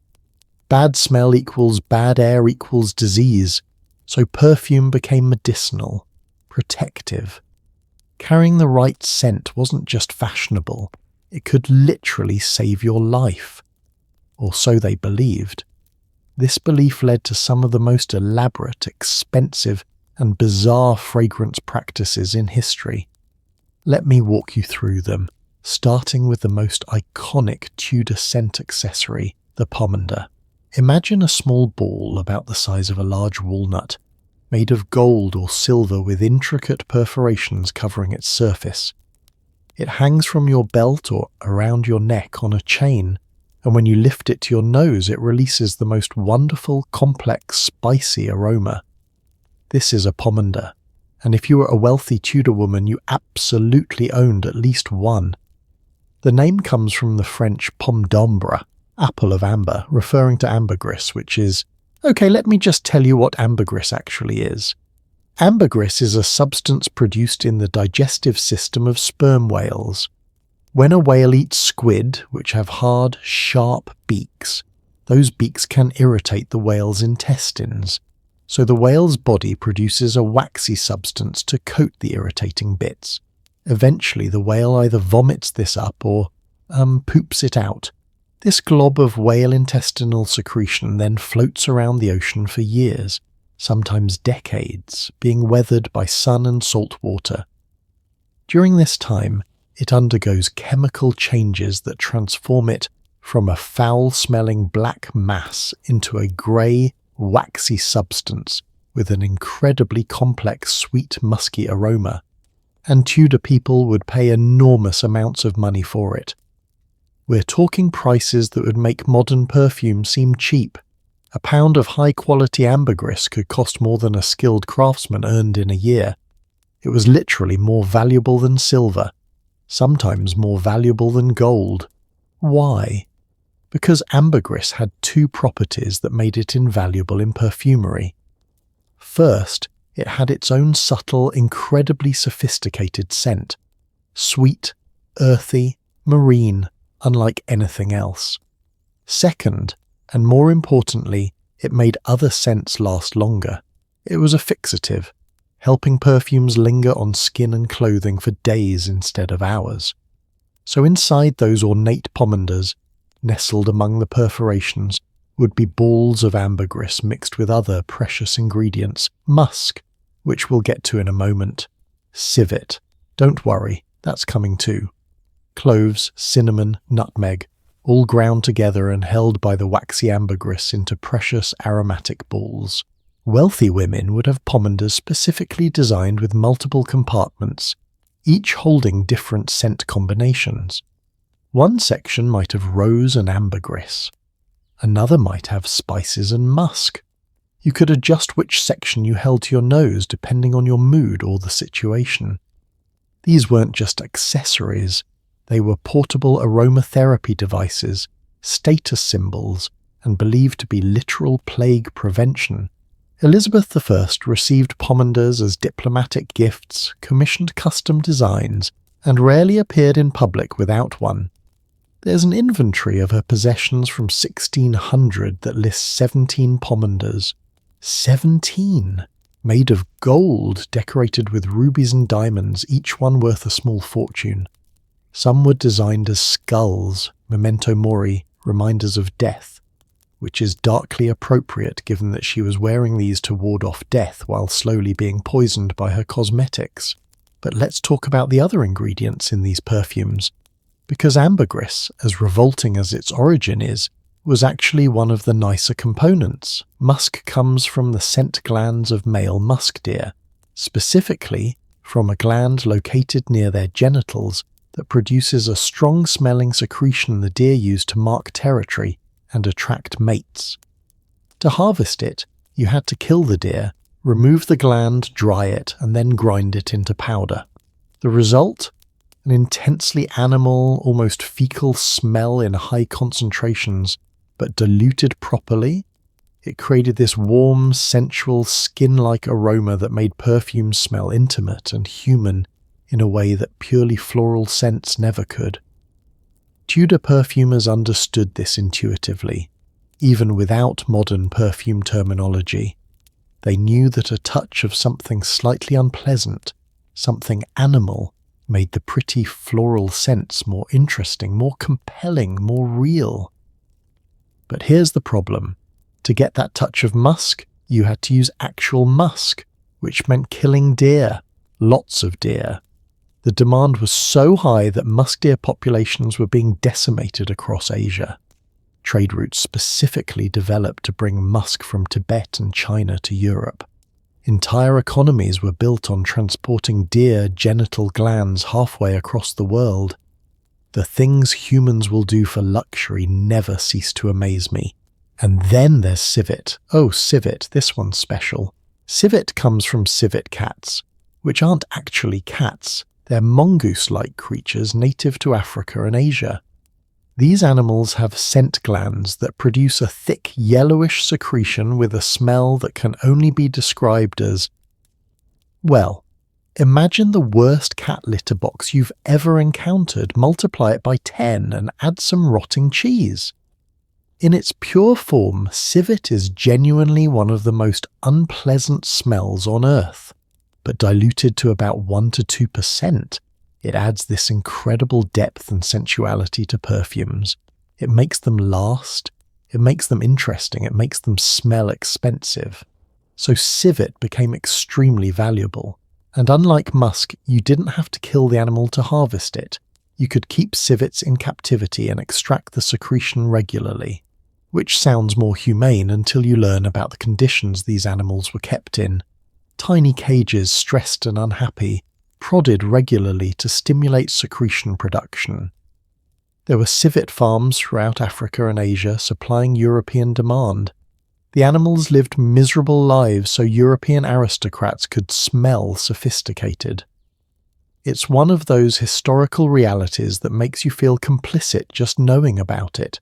But Tudor women didn't know about the conditions, or didn't care, or justified it somehow. They just knew that perfumes with civet smelled incredible and cost a fortune, which made them perfect for displaying wealth. Elizabeth's favourite perfume, according to historical accounts, was made with civet, ambergris, roses, and a touch of violet. The perfumer who created it was an Italian named Renato Bianco, sometimes called René the Florentine, who came to England specifically to serve the Queen. He was essentially her personal nose, creating custom scents just for her. Can you imagine having a job where your sole purpose is to make the Queen smell good? The pressure must have been immense. One bad batch and you might find yourself unemployed or worse. There's a wonderful story, possibly apocryphal but I hope it's true, about René creating a new scent for Elizabeth. She allegedly told him she wanted something that smelled like power. Not flowers, not sweetness, but power. He created a blend heavy on ambergris and civet with just a touch of rose and spices. Dark, animalic, complex. When he presented it to her, she reportedly said it smelled like a man. He replied, "Yes, Your Majesty, like a man who bows to you." She loved it. Used it for years. Whether that story is true or not, it tells us something important about Tudor perfume. It wasn't just about smelling pretty, it was about creating an impression, projecting an image, wielding scent as a form of power. Now, let's talk about the more accessible perfumes, the ones that didn't require whale vomit or cat butt secretions. For women who couldn't afford ambergris and civet, there were florals. Roses, violets and lavender were the holy trinity of Tudor flower scents, all grown in England and therefore much more affordable than exotic animal products. Rosewater was particularly popular. It was made by steeping rose petals in water or alcohol, then distilling the mixture to concentrate the scent. Nearly every household of any means would make their own rosewater. It was used as perfume, as a facial toner, as a flavouring in food, as a cleaning product. Rosewater was the duct tape of Tudor England. It solved everything. The process of making it was actually quite beautiful. Servants, usually young women, would gather roses in the early morning when their scent was strongest. They'd spend hours plucking petals, careful not to bruise them, keeping only the most perfect blooms. These would be placed in large copper stills with water and heated gently. As the water evaporated and condensed, it would carry with it the essential oils from the roses, creating a fragrant liquid that was then collected in bottles. The best rosewater was clear, intensely aromatic, and could last for months if stored properly. Elizabeth I received gallons of rosewater as gifts from courtiers hoping to curry favour. Her household accounts show regular payments for rose supplies and for the servants who made her personal rosewater. It was one of the few beauty products she could use generously without worrying about running out. Lavender was another crucial scent. Though it was considered more common than roses, it grew abundantly in England, had a fresh, clean smell and was believed to have medicinal properties. People would stuff dried lavender into small fabric bags, sachets, and place them among their clothes, under their pillows, in their drawers. The belief was that lavender repelled insects, which is actually somewhat true. Moths don't like it, and also promoted sleep and calmness. Whether it worked medicinally is debatable, but the psychological effect was real. Smelling lavender became associated with clean clothes and restful sleep, creating positive associations that made people feel better. Violets were the luxury option among English flowers. They had a delicate, sweet, slightly powdery scent that was considered very feminine and refined. But violets were harder to grow than roses or lavender, bloomed for a shorter season, and produced less scent per flower. So violet perfumes were more expensive, more exclusive. There's a recipe from 1595 for violet perfume that's actually quite sophisticated. You'd take fresh violet flowers, layer them with animal fat, and let them sit for several days. The fat would absorb the scent. Then you'd scrape off the fat, add fresh flowers, repeat. After several rounds of this, called enfleurage, though they didn't use that term, you'd have fat saturated with violet scent. You could then dissolve this in alcohol to create violet perfume, or use the scented fat directly on skin. It worked. It really did. And it didn't involve any whale vomit, which was a nice change of pace. But here's where Tudor fragrance culture gets really interesting. They didn't just wear perfume on their bodies, they scented everything. Their gloves, their handkerchiefs, their fans, their furniture, their floors. Scented gloves were particularly fashionable. You'd take fine leather gloves, usually kid skin or doe skin, incredibly soft, and soak them in perfume. The leather would absorb and hold the scent for weeks. Every time you wore the gloves or held them to your face, you'd smell the perfume. Elizabeth I was famous for her perfumed gloves. She received them as diplomatic gifts from countries trying to negotiate favourable trade deals. There are records of gloves arriving from France, Italy, Spain, each pair more elaborately scented than the last. Some were perfumed with simple rosewater. Others were treated with complex blends of ambergris, musk and civet that cost more than most people earned in a lifetime. These weren't just accessories, they were political tools. Giving someone perfumed gloves was a statement. You were sharing your scent with them, quite literally.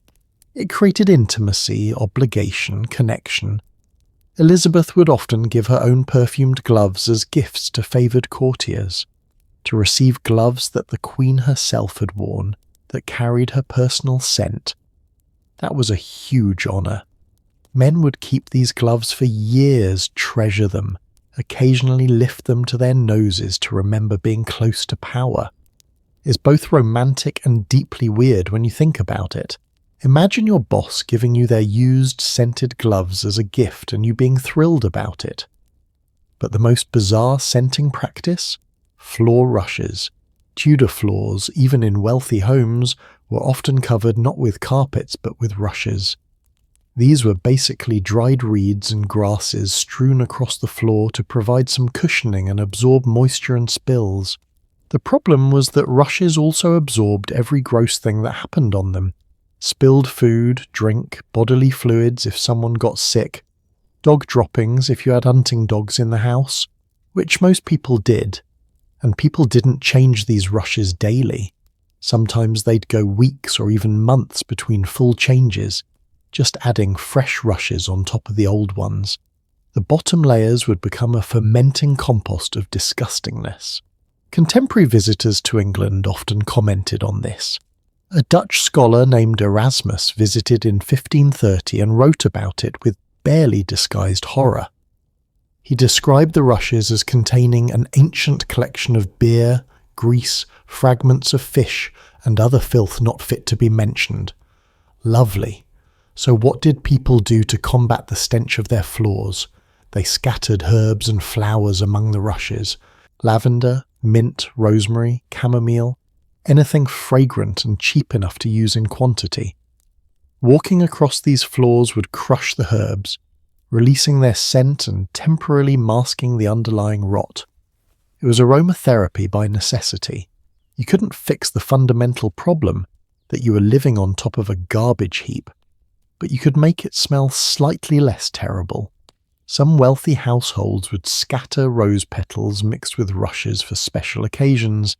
Imagine the expense. Thousands of rose petals, each one carefully picked, scattered on a floor where they'd be trampled and destroyed within hours. But the scent. Contemporary accounts describe walking into rooms prepared this way as entering a garden. The crushed petals would release their fragrance with every step, creating this cloud of rose-scented air that temporarily overwhelmed all other smells. Of course, this only worked as long as the event lasted. Once everyone left and the crushed petals began to rot among the rushes, you'd just added one more layer of fermentation to the floor compost. But for a few hours, it was magical. Now, let's talk about something called a sweet purse or sweet bag, because this was a uniquely Tudor solution to a common problem. These were small fabric pouches, usually silk or velvet for the wealthy, linen for everyone else, filled with dried flowers, spices, and aromatic substances. Women would carry them tucked into their belts or hanging from chains. When the air around them became too unpleasant, which was often, they'd lift the sweet bag to their noses and breathe in the pleasant scent. It was a portable escape from reality, a pocket full of better air. The contents varied based on wealth and personal preference. A basic sweet bag might contain dried lavender and rose petals. A wealthy woman's might contain chunks of ambergris, grains of musk, dried orange peel imported from Spain, cloves from Indonesia, cinnamon from Ceylon. These weren't just aromatic, they were also believed to prevent disease. Remember, they thought bad air caused illness, so carrying good air in the form of pleasant scents was considered genuine medical protection.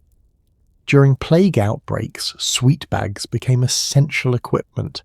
People would make them extra strong, packed with the most pungent spices they could afford, believing this would protect them from infection.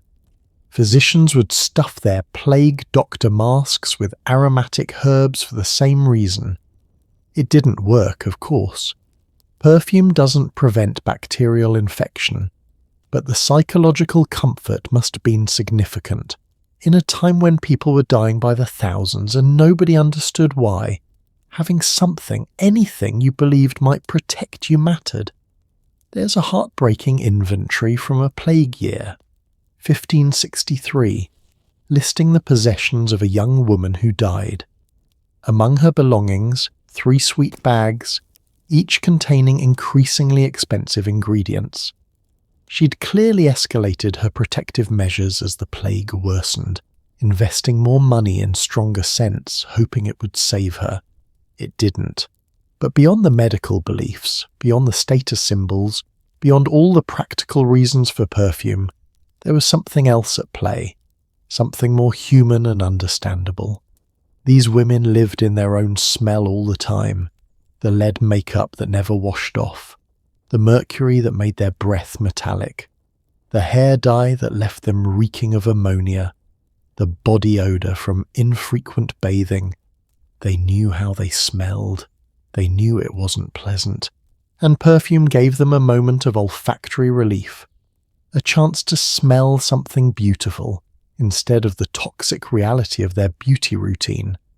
It was escapism in a bottle, a brief respite from the consequences of fashion. When Elizabeth lifted her pomander to her nose, what was she smelling?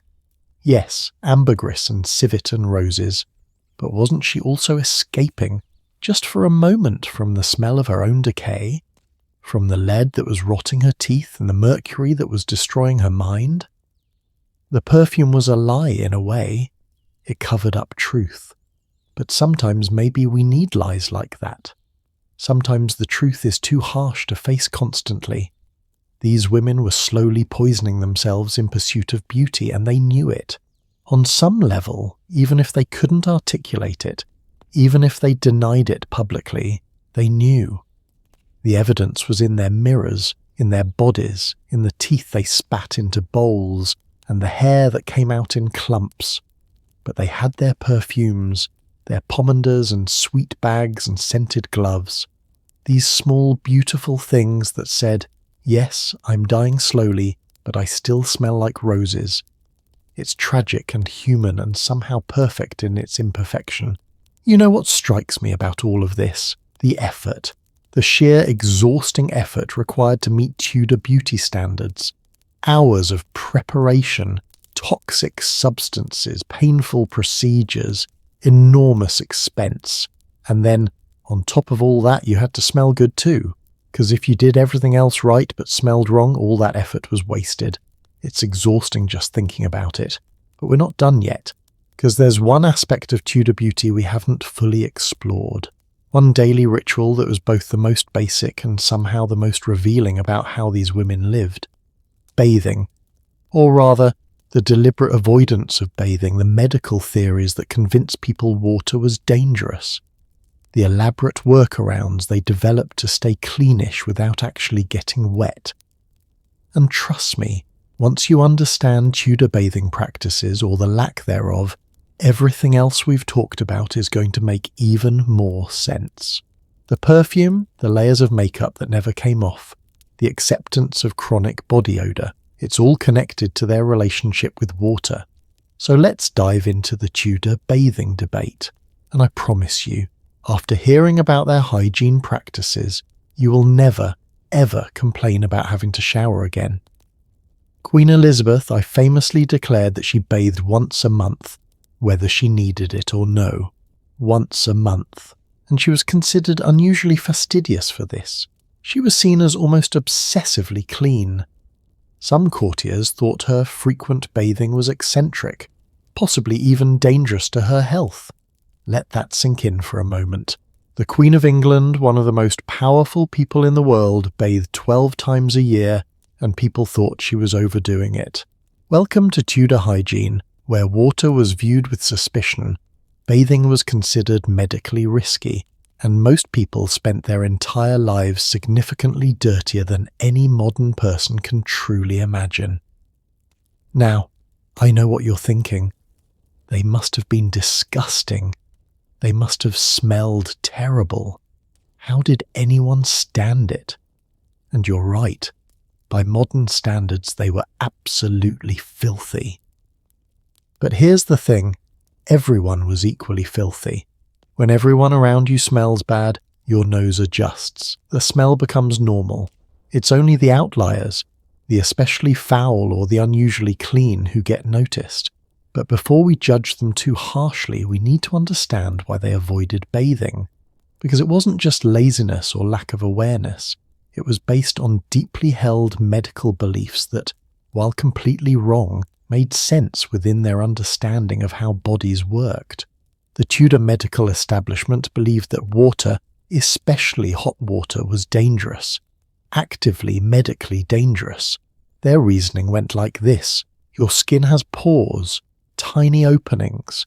When you bathe in hot water, heat opens up those pores, and when your pores are open, disease can enter your body. Bad air, miasma could seep in through your opened skin and make you sick. This wasn't fringe theory. This was mainstream medical advice from respected physicians. They literally believed that bathing could kill you. There's a medical text from 1525 written by a physician named Thomas Moulton that explicitly warns against hot baths. He writes, and I'm translating from the Tudor English here, that hot baths open the pores and make the body susceptible to evil airs and putrid humours. He recommends bathing no more than a few times per year and only when medically necessary. As if bathing were a medical treatment requiring doctor's orders rather than basic hygiene. This belief was so widespread that public bathhouses, which had been common in medieval England, were closing down throughout the 1500s. Partly this was because of concerns about syphilis spreading in bathhouses, which was a legitimate worry. But it was also because doctors were actively discouraging bathing in general. By Elizabeth's reign, public baths had almost completely disappeared from English cities. The few that remained were viewed as disreputable, probably brothels in disguise, places where respectable people didn't go. So if you wanted to bathe, you had to do it at home, and that was a massive undertaking. First, you needed a bathing tub, not a permanent fixture. Bathrooms as we know them didn't exist. Bathing tubs were wooden barrels, large enough to sit in, that had to be brought into whatever room you were using, usually your bedroom or a warm kitchen. Then you needed water. Lots of water. A full bath might require 20, 30 gallons, and every drop had to be carried by hand from the well or river, bucket by servants walking back and forth over and over again. Then that water had to be heated over a fire in large pots, a few gallons at a time, each pot taking 20, 30 minutes to heat properly. The entire process of filling a hot bath could take 3 or 4 hours of servant labour, and after all that work, after all that time and effort and expense, you'd use that water once and then dump it. Or more commonly in less wealthy households, multiple family members would use the same bathwater in sequence. Father first, then mother, then children in order of age, then maybe servants if there was any water left. By the time the youngest child got in, the water would be grey, cold, and absolutely disgusting. But waste not, want not. Given all this, the medical warnings, the enormous effort, the expense, is it any wonder that people bathed rarely? But here's what's fascinating. They didn't think of themselves as dirty. They thought they were being hygienically responsible. They just had a completely different concept of what cleanliness meant. To the Tudors, cleanliness wasn't about washing your body with water. It was about washing your clothes, specifically your underclothes. Every Tudor person, from the queen to the poorest peasant, wore a linen shift or smock as their base layer. This garment sat directly against the skin, absorbing sweat and body oils. And this was the key to Tudor hygiene. You didn't wash your body, you changed your linen. The theory was that the linen absorbed all the dirt and impurities from your body. As long as you changed your linen regularly, ideally daily for the wealthy, weekly for the middle class, whenever possible for the poor, you were clean. The linen did the cleaning for you. It's actually not completely absurd. Linen is naturally antimicrobial. It wicks moisture away from skin. Fresh linen against the skin really does feel clean and fresh. And changing undergarments is certainly easier than filling a bathtub. But here's the problem. While fresh linen feels nice, it doesn't actually remove dirt from your body. It just absorbs it. Your skin underneath is still dirty, and when you put on fresh linen it starts absorbing dirt again, and the cycle continues. Still, by Tudor standards, if you changed your linen daily, you were admirably clean. Elizabeth's household accounts show regular purchases of linen shifts and payments for laundresses to wash them. She might have bathed monthly, but she changed her linen every single day. And honestly, that probably helped more than the monthly bath did. But let's talk about those rare occasions when Tudors did bathe, because the rituals around it are revealing. Henry VIII, Elizabeth's father, was unusual in his love of bathing. He had special bathrooms constructed at Hampton Court Palace, Windsor Castle, and Whitehall Palace, complete with sophisticated plumbing systems that could deliver both hot and cold water.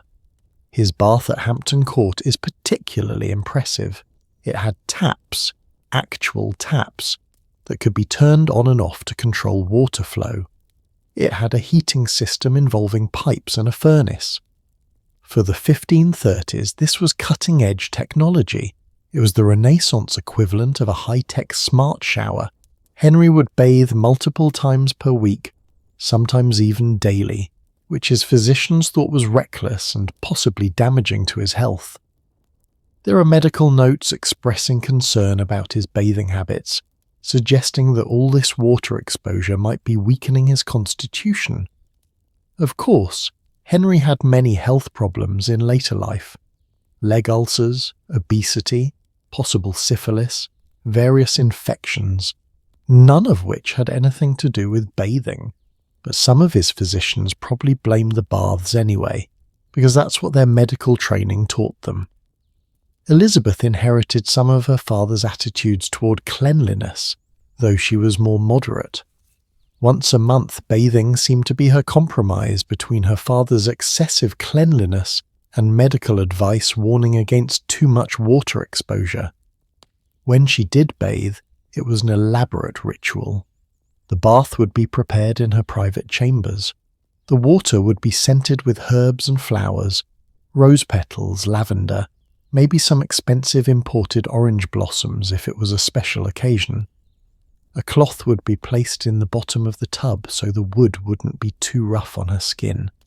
She'd soak for maybe 20, 30 minutes while her ladies-in-waiting attended her, ready with warmed linen towels for when she emerged. Then she'd be dried off, her skin treated with oils and ointments, and fresh linen applied before she dressed. It was luxurious, relaxing, and she only did it 12 times a year. But most people didn't have access to purpose-built bathrooms with plumbing. Most people made do with what we'd call a sponge bath or dry wash.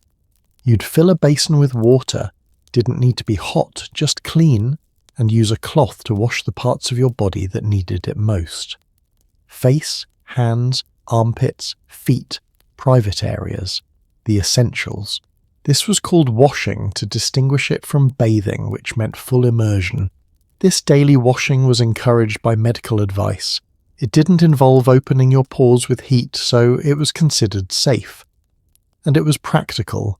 You could do it quickly with minimal water without help. Most people probably did this basic washing fairly regularly. The face and hands especially were washed often because they were visible, and because hand washing before meals was considered essential for health. One of the few hygiene practices the Tudors got exactly right. There are etiquette books from the period with detailed instructions on proper hand-washing technique. You were supposed to wash your hands before eating, after using the privy, after handling animals, basically any time they might be visibly dirty. And this washing was often done publicly, as part of formal meal rituals. In wealthy households, servants would bring around a basin and ewer before meals so everyone could wash their hands in front of each other. It was ceremonial, a way of showing you were civilized and clean, even if the rest of your body hadn't seen water in weeks. So the Tudor approach to hygiene was selective. They washed the parts that showed, face, hands, and the parts that might cause problems, feet, private areas. Everything else was covered by clothing anyway, so who cared if it was clean? But here's where it gets interesting. Some Tudors actually argued for more bathing, based on observation and common sense rather than medical theory. There are household advice books from the period, books about managing estates and keeping family healthy, that suggest bathing might actually be beneficial. One book from 1576 recommends a lukewarm bath once per week in summer for the refreshment of the body and the cleansing of the skin. This advice was considered radical at the time, going against medical wisdom. But some people followed it anyway and found they felt better, were healthier, had fewer skin problems. It's a reminder that even in the most rigid systems, some people observe reality and adjust accordingly. Not everyone followed the rules blindly. There's a wonderful account from a household diary dated 1598. The writer describes how she started bathing weekly despite her physician's warnings, and how she noticed her persistent skin rashes clearing up, her general health improving. She writes about trying to convince her friends to do the same, but most were too afraid of the health risks. She was accidentally discovering through trial and error what we now know scientifically. Regular bathing prevents skin infections and promotes overall health, but she couldn't explain why it worked in terms that would convince her contemporaries, because the entire medical framework was wrong. It's like trying to explain why vaccines work to someone who believes diseases are caused by bad air. Even if you prove it works, if their underlying understanding is flawed, they can't incorporate the truth into their worldview. Now, let's talk about something that's been mentioned but not fully explored: what it meant for the servants who had to manage all this. Laundresses, the women who washed all those linen shifts, had one of the hardest jobs in Tudor households. They were washing clothes constantly, in cold water usually, with harsh soap made from lye and animal fat. Their hands would be permanently damaged, red, cracked, painful. The process of doing laundry was brutal. First, you'd soak the linen in cold water mixed with lye or stale urine. Yes, urine again, it was the ammonia, to break down oils and dirt. Then you'd beat the clothes with wooden paddles to work out the grime. Then rinse multiple times in clean water. Then wring them out, which required significant strength. Then hang them to dry. One load of laundry could take an entire day, and a wealthy household might generate dozens of pieces of dirty linen per week, all those daily shift changes adding up. These laundresses often developed respiratory problems from the harsh chemicals, skin conditions from constant water exposure and chemical burns, back problems from the physical labour. They worked in cold, damp conditions. Laundry work was usually done outdoors or in unheated outbuildings, and many didn't live past their 40s. They were sacrificing their health so their employers could maintain the illusion of cleanliness without actually bathing, and they were invisible. Nobody wrote about their suffering. Nobody thanked them in diaries or letters. We only know about their working conditions from employment records and occasional mentions in household accounts. Paid to Joan the laundress for her work with no acknowledgement of what that work actually entailed. And then there were the servants who had to prepare baths on those rare occasions when someone did bathe. The hours of carrying water, heating water, preparing the tub, cleaning up afterward. All this work so someone could sit in hot water for 20 minutes.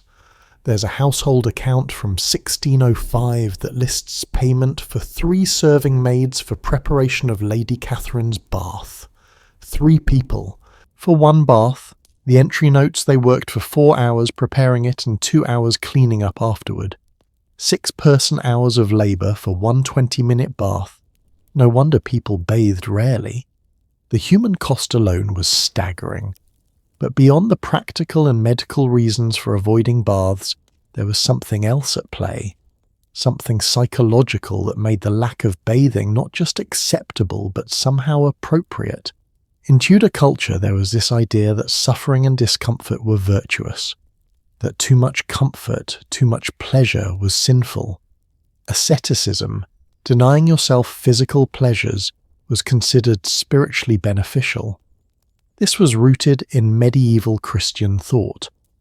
The idea that the body was corrupt, sinful, something to be controlled and denied rather than indulged. Pleasure was suspicious.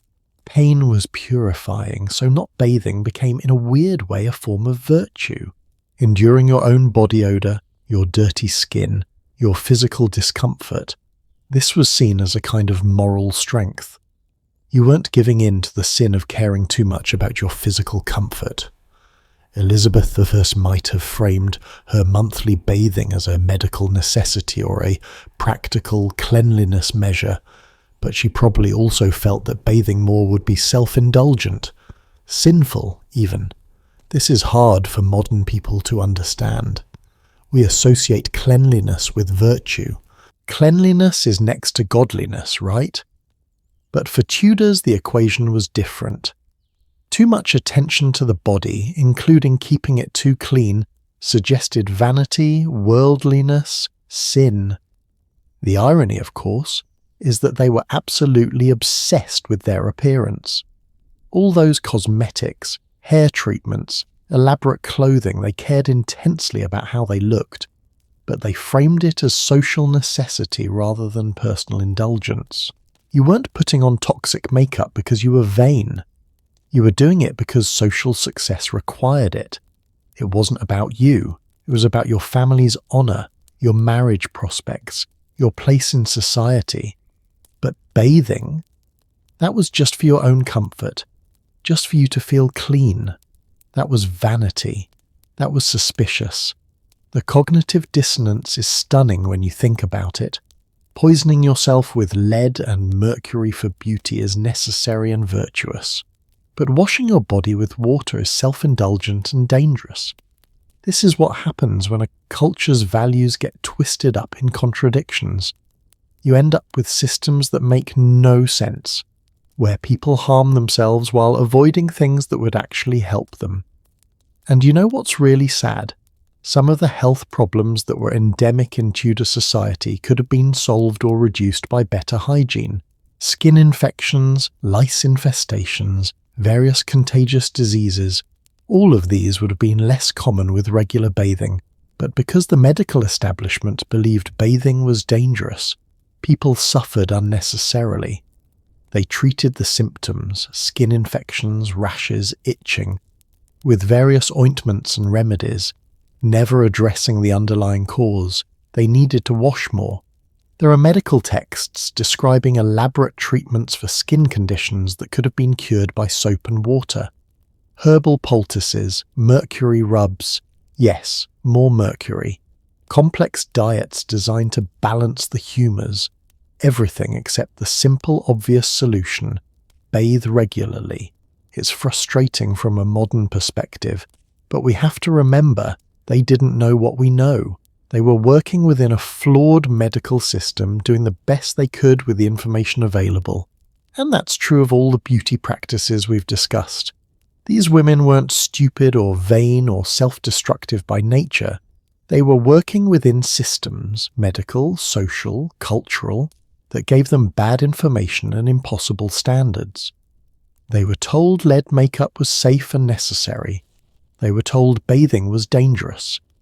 They were told their appearance determined their worth. And they believed it because everyone around them believed it, because the authorities confirmed it, because the entire structure of their society reinforced it. In 500 years, what will people say about our beauty practices, our cosmetic surgery, our extreme diets, our Botox and fillers and procedures? What are we doing right now that future generations will look back on with horror? I guarantee you there's something, some practice that seems normal to us now, that will seem barbaric and absurd to our descendants. The Tudors thought they were being reasonable. They thought they understood how bodies worked. They thought their beauty standards made sense. They were wrong about almost everything, but they were trying. In their own misguided, toxic, often tragic way, they were trying to be healthy, beautiful, successful, worthy. just like we are. We just have better information and indoor plumbing. Never underestimate the blessing of indoor plumbing. Speaking of things happening inside the body, or rather things the body does naturally that Tudor women had to deal with, we haven't yet addressed one of the most challenging aspects of Tudor life for women, something that happened every month, that couldn't be ignored or covered with makeup, that had to be managed without any of the modern products we take for granted: menstruation, and the creative, sometimes disturbing, always uncomfortable ways Tudor women handled their monthly cycles without tampons, pads, or any real understanding of what was happening to their bodies. Trust me, after you hear about Tudor period management, you will never complain about your menstrual products again. Ever. What they had to deal with makes modern periods seem like a luxury spa experience by comparison. There's a reason we don't have many historical accounts of how Tudor women managed menstruation. It's because nobody wrote about it. Menstruation was considered so shameful, so unspeakably private, that even in personal diaries, documents where women recorded their most intimate thoughts, they barely mentioned it. Maybe a cryptic note about being unwell or indisposed. Never any details. Never any acknowledgement of what was actually happening. This silence has left historians with a puzzle. We know Tudor women menstruated, obviously, but we have very little direct evidence about how they managed it. What products did they use? What did they believe about their periods? How did they function in those elaborate dresses with no modern conveniences? We've had to piece together the truth from household inventories, medical texts, and occasional oblique references in letters. And what we've discovered is both ingenious and deeply uncomfortable. Let me take you into one of the most hidden aspects of Tudor women's lives. Fair warning, this is going to get detailed, but understanding this, understanding the physical reality of being a woman in this era, helps us comprehend just how much they endured that we never even think about. First, let's establish what Tudor women believed about menstruation, because their understanding shaped how they dealt with it.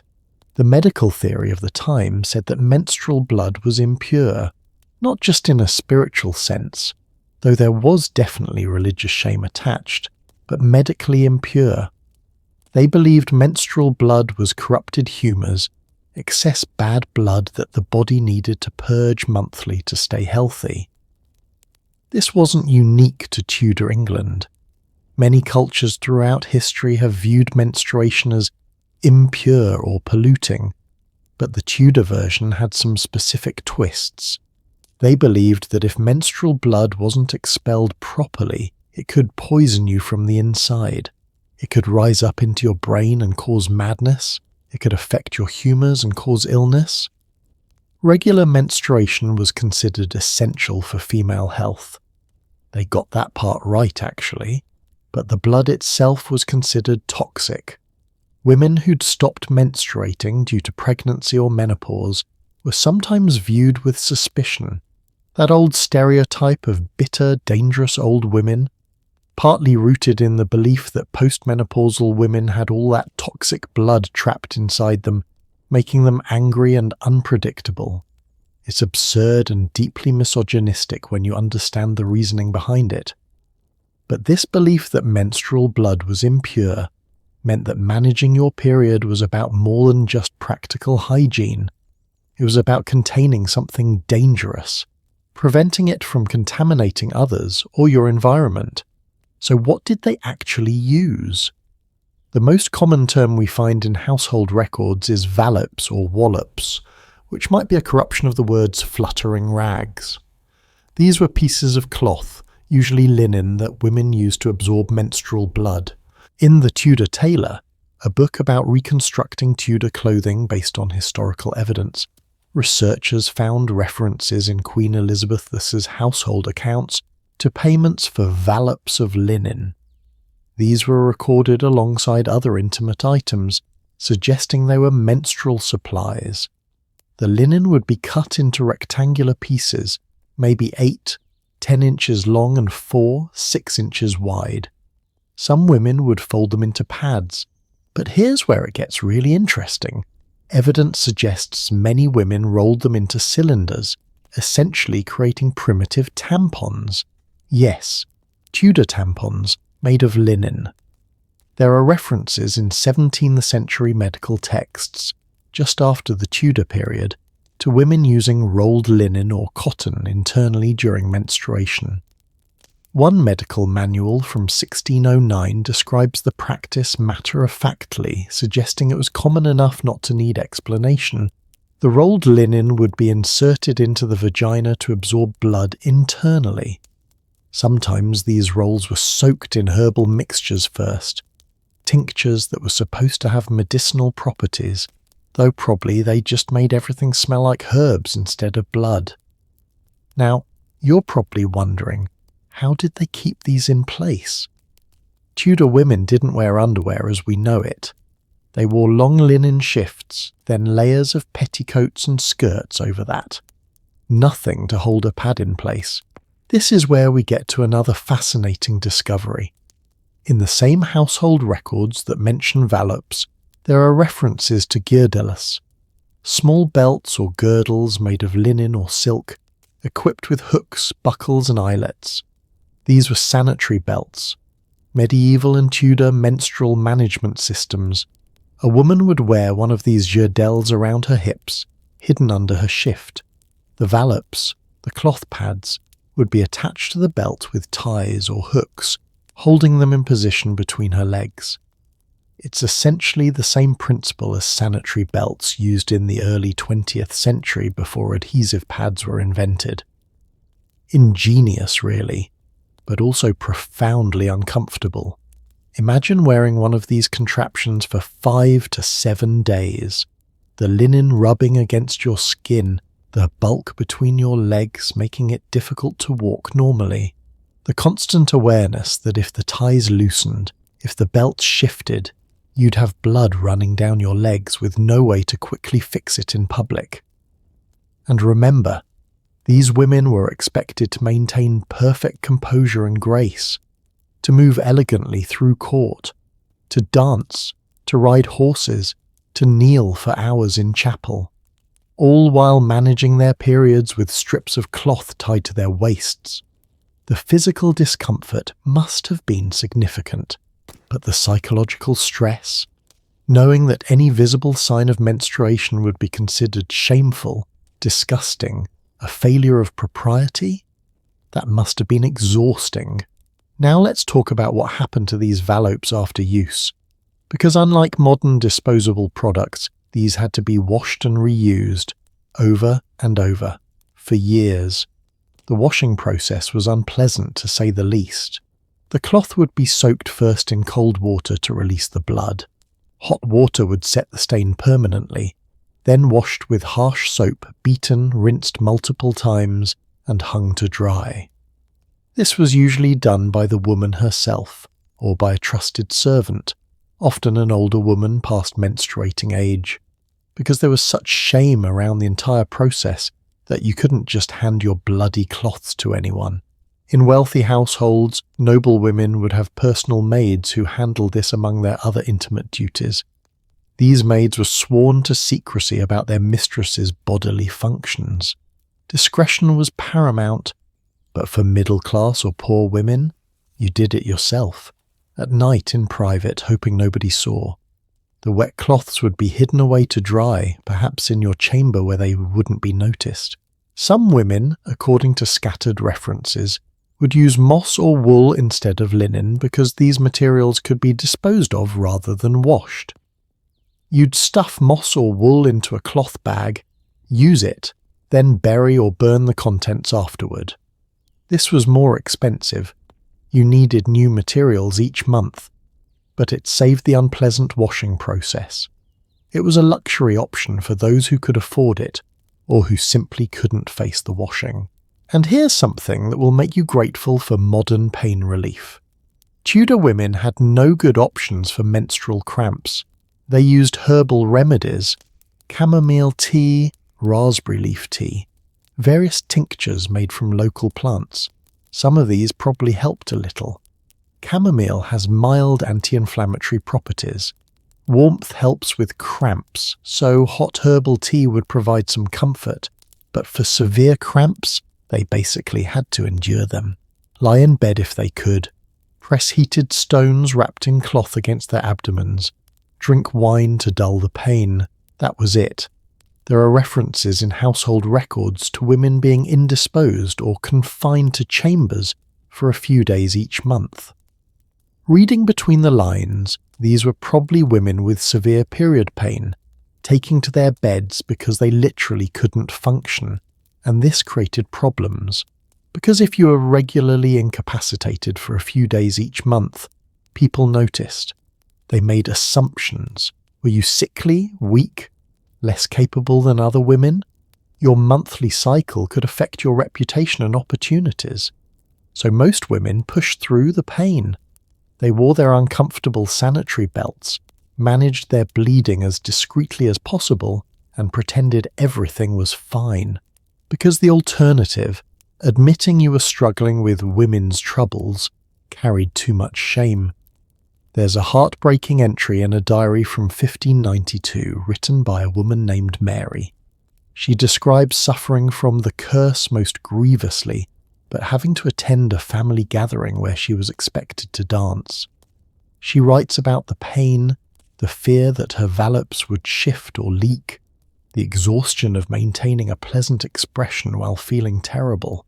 She also writes, and this part really gets me, about how none of the men at the gathering had any idea what she was enduring.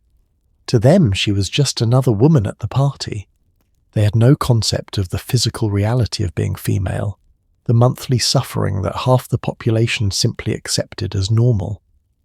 And this invisibility, this silence around menstruation, meant that women's suffering was never acknowledged, never addressed, never considered worth solving.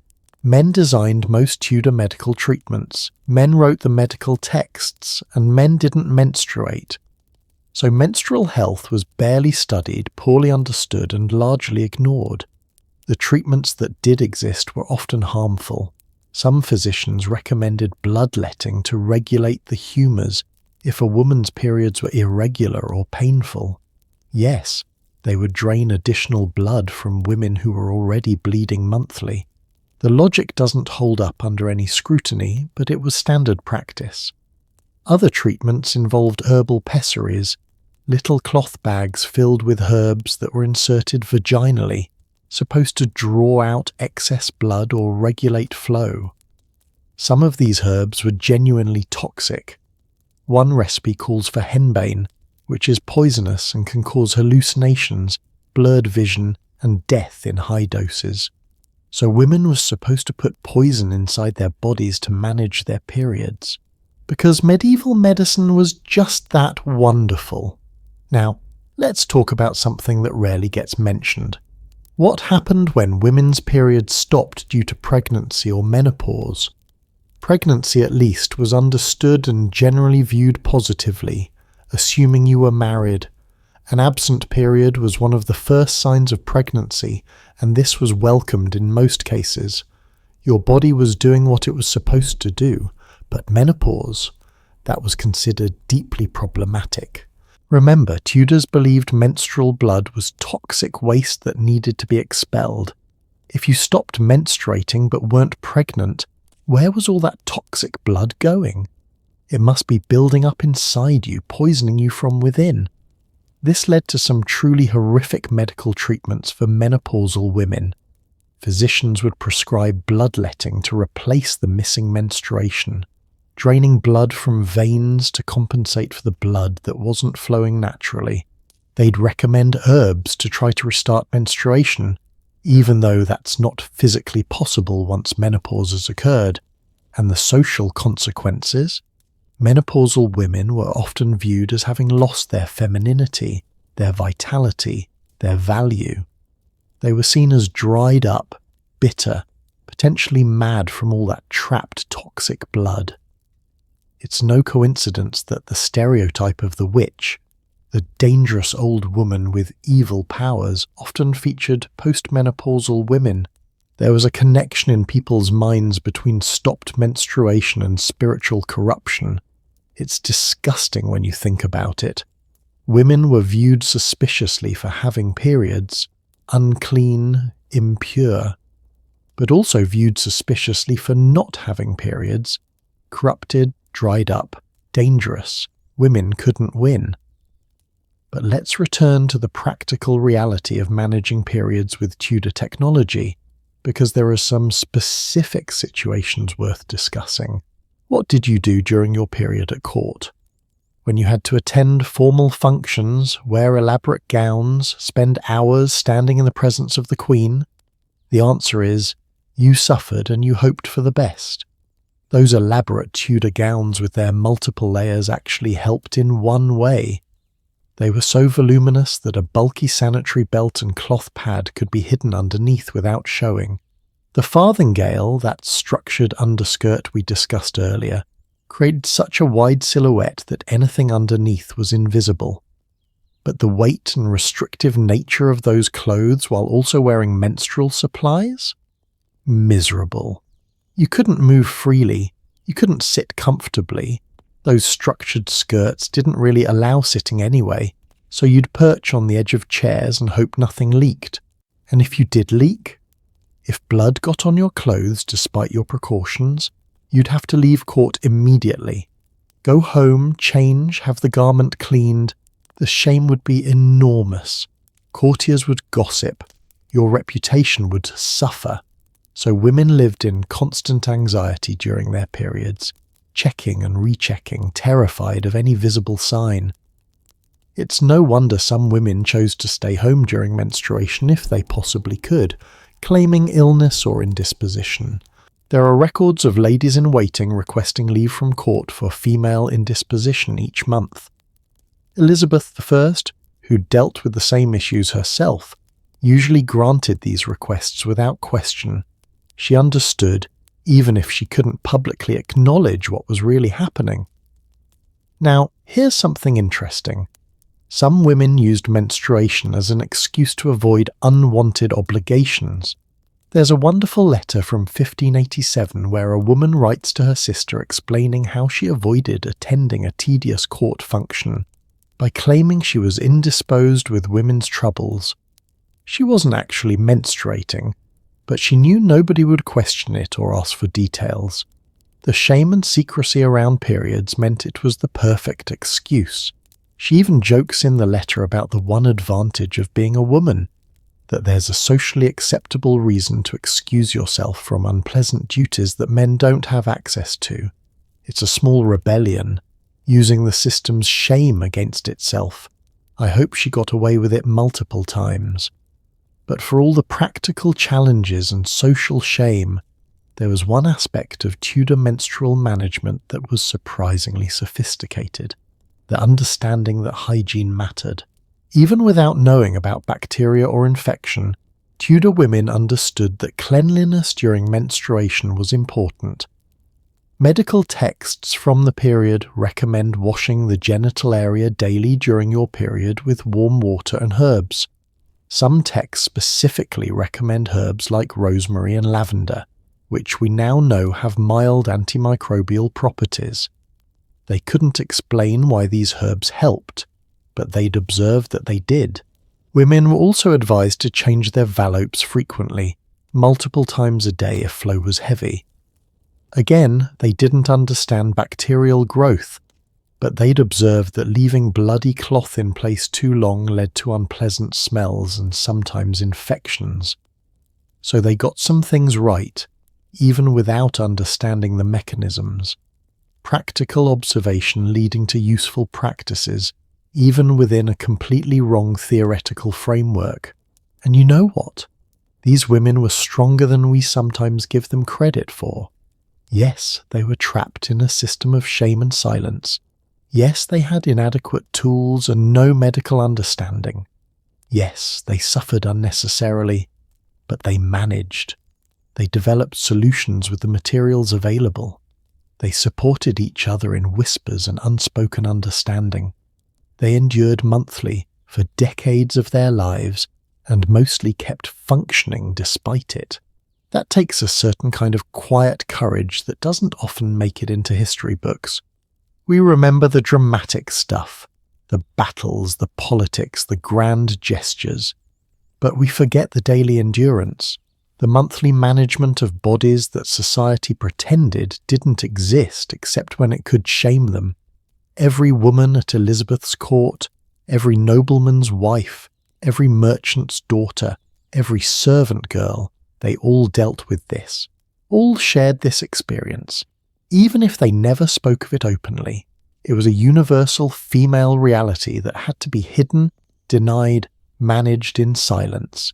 And when you understand this, when you really sit with what it meant to be a menstruating woman in Tudor England, so many other things make sense. The obsession with controlling women's bodies and movements, the shame around anything remotely sexual or physical, the way women's health was simultaneously ignored and subject to bizarre medical interventions, the belief that women were weak, prone to hysteria, less capable than men, all of it connects to this fundamental discomfort with female biology. This inability to acknowledge that women's bodies are different and have different needs, combined with the determination to shame those differences rather than accommodate them. But we spent enough time in this uncomfortable place. Let's move on to something that, believe it or not, is actually more visible and documented, though no less shocking.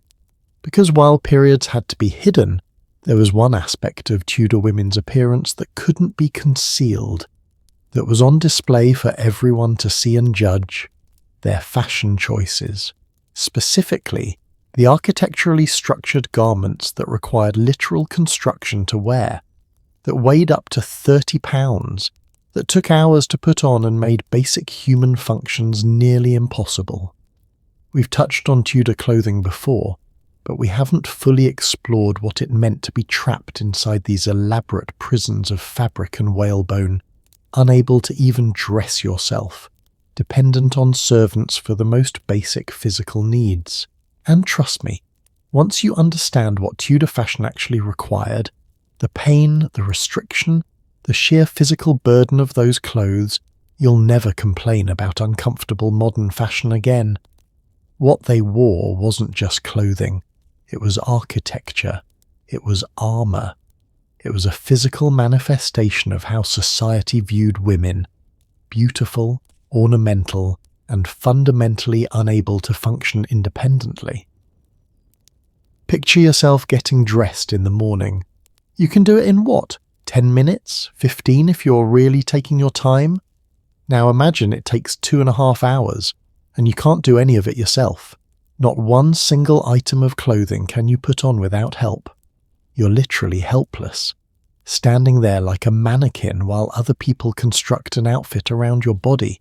And once you're dressed, you can't sit properly, you can't bend at the waist, you can't reach your own feet, you certainly can't use the bathroom without assistance. You're trapped inside what amounts to a wearable architectural structure, and you'll stay trapped for the next 12 to 16 hours until servants come to dismantle you again. This was daily life for wealthy Tudor women. Their clothing wasn't fashion as we understand it. It was engineering. It was a physical restraint system disguised as beauty. And it says everything about how Tudor society viewed women: ornamental, immobile, fundamentally dependent. Let me walk you through what it actually took to dress a Tudor noblewoman, because the reality is so much more extreme than most people realise. You'd start essentially naked except for your linen shift, that undergarment we've discussed that did all the actual hygiene work. This shift would be the only thing you could put on yourself, and even it might require help with the laces if it was particularly elaborate. Then comes the first structural piece: the pair of bodies. This is what we'd call a corset, though that term came later. The Tudor version was made of heavy linen or leather, stiffened with whalebone, yes, actual bones from whales, imported at great expense, or wood or even metal for extra rigidity. The purpose wasn't primarily to make you thin, though it did compress your waist. The real purpose was to create a completely flat, elongated torso.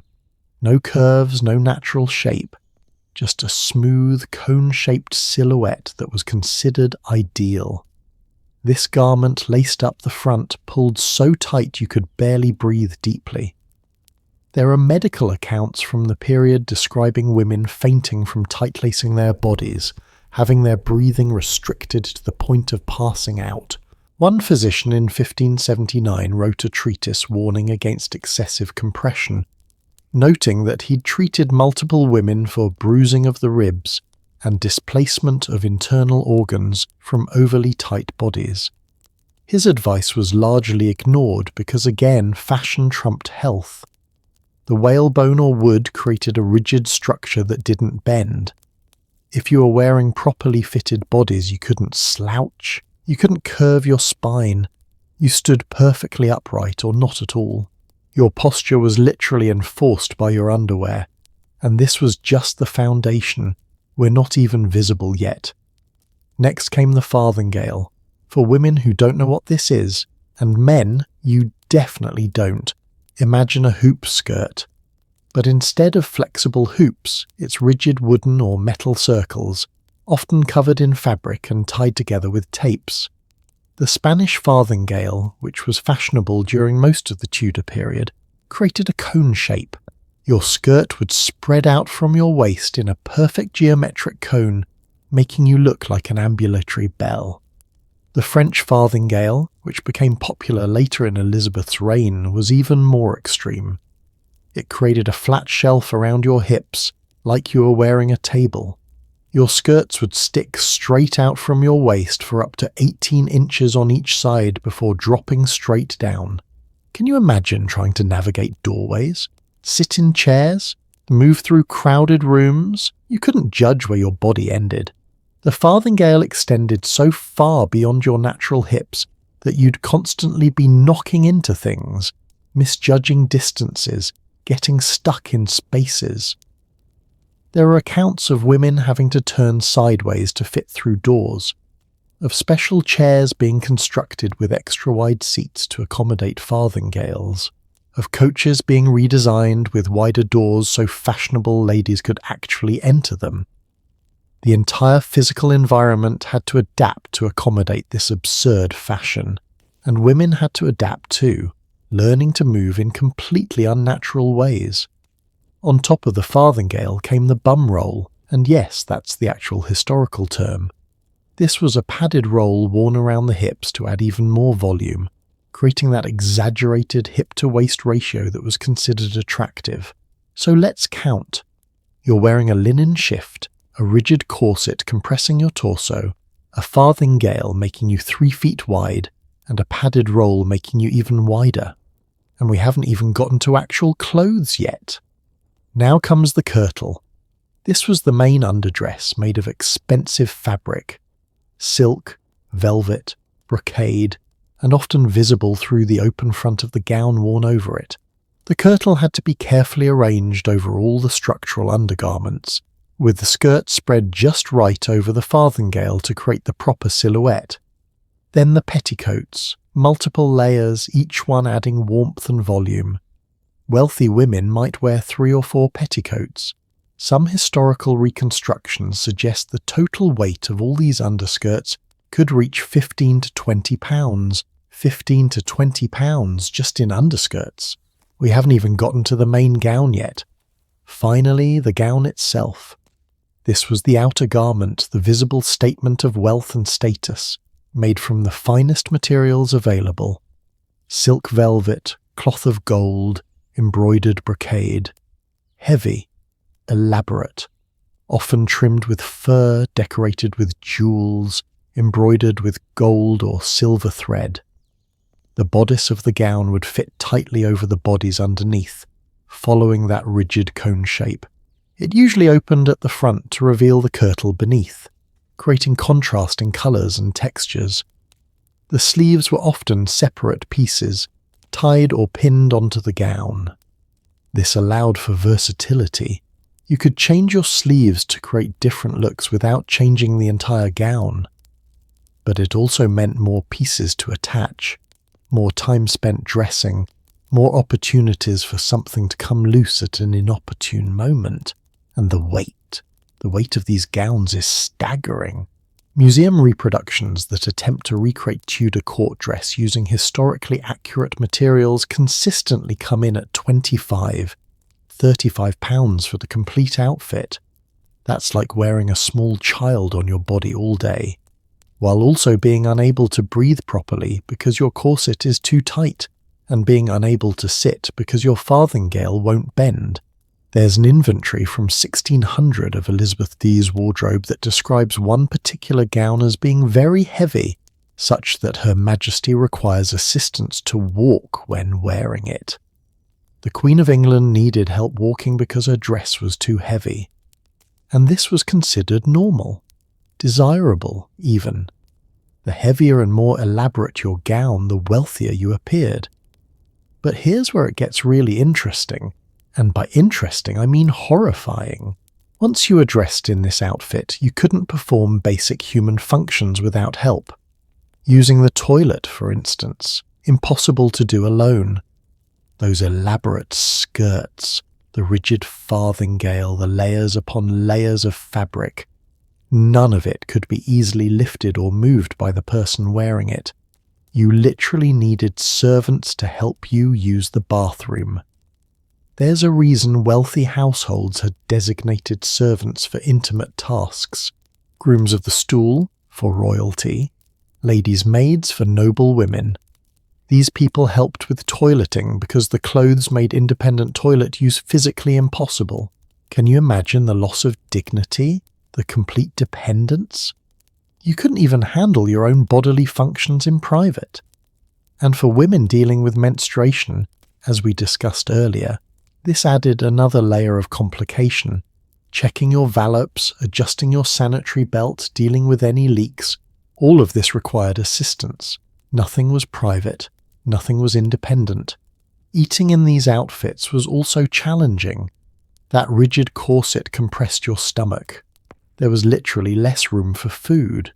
Women would eat small amounts, taking tiny bites, because eating a normal meal would cause physical discomfort against the compression. There are etiquette books from the period that instruct women to eat daintily, take small bites, never appear too hungry. This was framed as ladylike behaviour, but practically speaking, it was also the only way to eat without pain when your stomach was compressed by whalebone. And this contributed to a beauty standard that valued thinness, delicacy, a lack of appetite. Women weren't eating much, partly because they couldn't, but this got interpreted as feminine virtue. Not eating became associated with refinement and self-control. It's amazing how oppressive systems get reframed as moral virtues, isn't it? Sleeping in these clothes was obviously impossible, so women had to be undressed completely at night, then redressed in the morning. The 2.5-hour dressing process happened twice a day if you wanted to change for evening events, which fashionable women often did. Think about the time commitment. 5 hours a day just being dressed and undressed. That's 35 hours a week. A full-time job's worth of time just managing your clothing. And the women who did this work, the ladies' maids and dressing servants, they had their own physical challenges. Lacing corsets required significant strength. Lifting heavy gowns, arranging elaborate skirts, pinning sleeves, it was physically demanding labour. There are household accounts that show maids requesting extra pay or assistance for dressing particularly elaborate ladies. One account from 1593 notes that dressing Lady Catherine for a court event required 3 servants working together because her gown was so heavy and complex. 3 people to dress one woman for one event. The expense of maintaining this wardrobe was astronomical. Those elaborate gowns weren't just expensive to buy, they required constant maintenance, specialised storage, regular airing to prevent moth damage, repairs to embroidery and trim, professional cleaning for the most valuable pieces. Elizabeth's wardrobe accounts show regular payments to embroiderers, seamstresses, and clothing maintenance specialists. She had servants whose entire job was managing her wardrobe, cataloguing pieces, rotating them, ensuring they were ready when needed. And Elizabeth wasn't unusual in this. Any woman of status needed a significant portion of household resources dedicated to clothing maintenance. Fashion wasn't just expensive to buy into, it was expensive to sustain. But beyond the physical burden and the expense, there's something else about Tudor fashion that's deeply revealing about the society's values, the deliberate restriction of women's movement and independence. These clothes made it nearly impossible for women to do anything physical. Couldn't run, could barely walk, certainly couldn't defend yourself if threatened. You were ornamental, decorative, utterly dependent on others for basic needs, and this was intentional. This was the point. There's a reason men's clothing from the same period was comparatively comfortable. Yes, men wore elaborate outfits too, but men's doublets and hose allowed for movement. Men could ride horses comfortably, could walk distances, could bend and reach and move freely. Women's clothing deliberately prevented all of this. Women were supposed to move slowly, gracefully, minimally, to be seen rather than active, to be ornaments in the world rather than participants. And the really insidious part, this got internalized as what femininity meant. Moving slowly became ladylike. Needing help became delicate. Physical weakness became a virtue. Women's bodies were literally being shaped, compressed, restricted, immobilized, to fit the social role they were supposed to play, fashion enforcing social control through physical restriction. There's a letter from 1598 where a young woman writes to her mother about preparing for her first court appearance. She describes the dressing process, the weight of the clothes, the difficulty breathing and moving, and she writes, "This line just breaks my heart. I suppose I shall grow accustomed to it, as all ladies must." She's accepting this torture as inevitable, as just what women have to endure, because everyone around her is enduring it, so it must be normal, must be right. That resignation to suffering because this is just how things are is something we see over and over in Tudor women's writings. They knew they were suffering, but they couldn't imagine an alternative. Everyone was trapped in the same system, so it seemed like there was no escape. But not everyone went along with it completely. There are always rebels, even in the most rigid systems. There are references in court documents to women being reprimanded for wearing insufficiently elaborate clothing, for choosing comfort over display. These women existed, pushing back against expectations in small ways, but they were punished for it. One wonderful account from 1601 describes a minor noblewoman who showed up to a court function in a relatively simple gown, without the expected farthingale. She claimed illness as an excuse, that she was too weak to bear the weight of proper court dress. Whether she was actually ill or just sick of the restrictions, we don't know. But other courtiers were scandalized. They gossiped about her lack of proper dress, questioned her commitment to fashion, suggested she was disrespecting the Queen by not dressing appropriately, for wearing comfortable clothing, the scandal. But she wasn't the only one. There are scattered references throughout the period to women choosing simpler clothing, resisting the most extreme fashions, finding ways to be less restricted. These small rebellions didn't change the system, but they remind us that not everyone accepted suffering without question. Some women found ways to push back, to assert their own comfort and autonomy, even in small ways. And you know what's really telling? When men occasionally tried on women's clothing, usually as part of masquerades or theatrical performances, they universally complained about the discomfort. They couldn't understand how women functioned in these outfits. There are accounts of men participating in court masquerades who dressed as women and couldn't manage the weight and restriction. They'd stumble, complain, give up within hours. Women lived in this discomfort daily for decades. Their entire adult lives. That's not weakness. That's not delicacy, that's extraordinary endurance. Women were functionally wearing weighted restraints all day, every day, and still managing households, raising children, navigating court politics, managing finances, doing everything expected of them. Modern people do weighted training for a few hours at the gym and think they're hardcore. Tudor women lived their entire lives with the equivalent of a weighted vest and mobility restriction, and nobody even acknowledged it as a challenge. The physical strength required to simply exist as a Tudor woman is something we completely underestimate. The back strength to hold yourself upright in rigid corsetry for 16 hours a day, the core strength to breathe efficiently with compressed lungs, the leg strength to walk in heavy skirts and maneuver the bulk of a farthingale. These women were athletes without knowing it. They had to be, just to survive their own wardrobes. And this brings us to something we haven't fully addressed.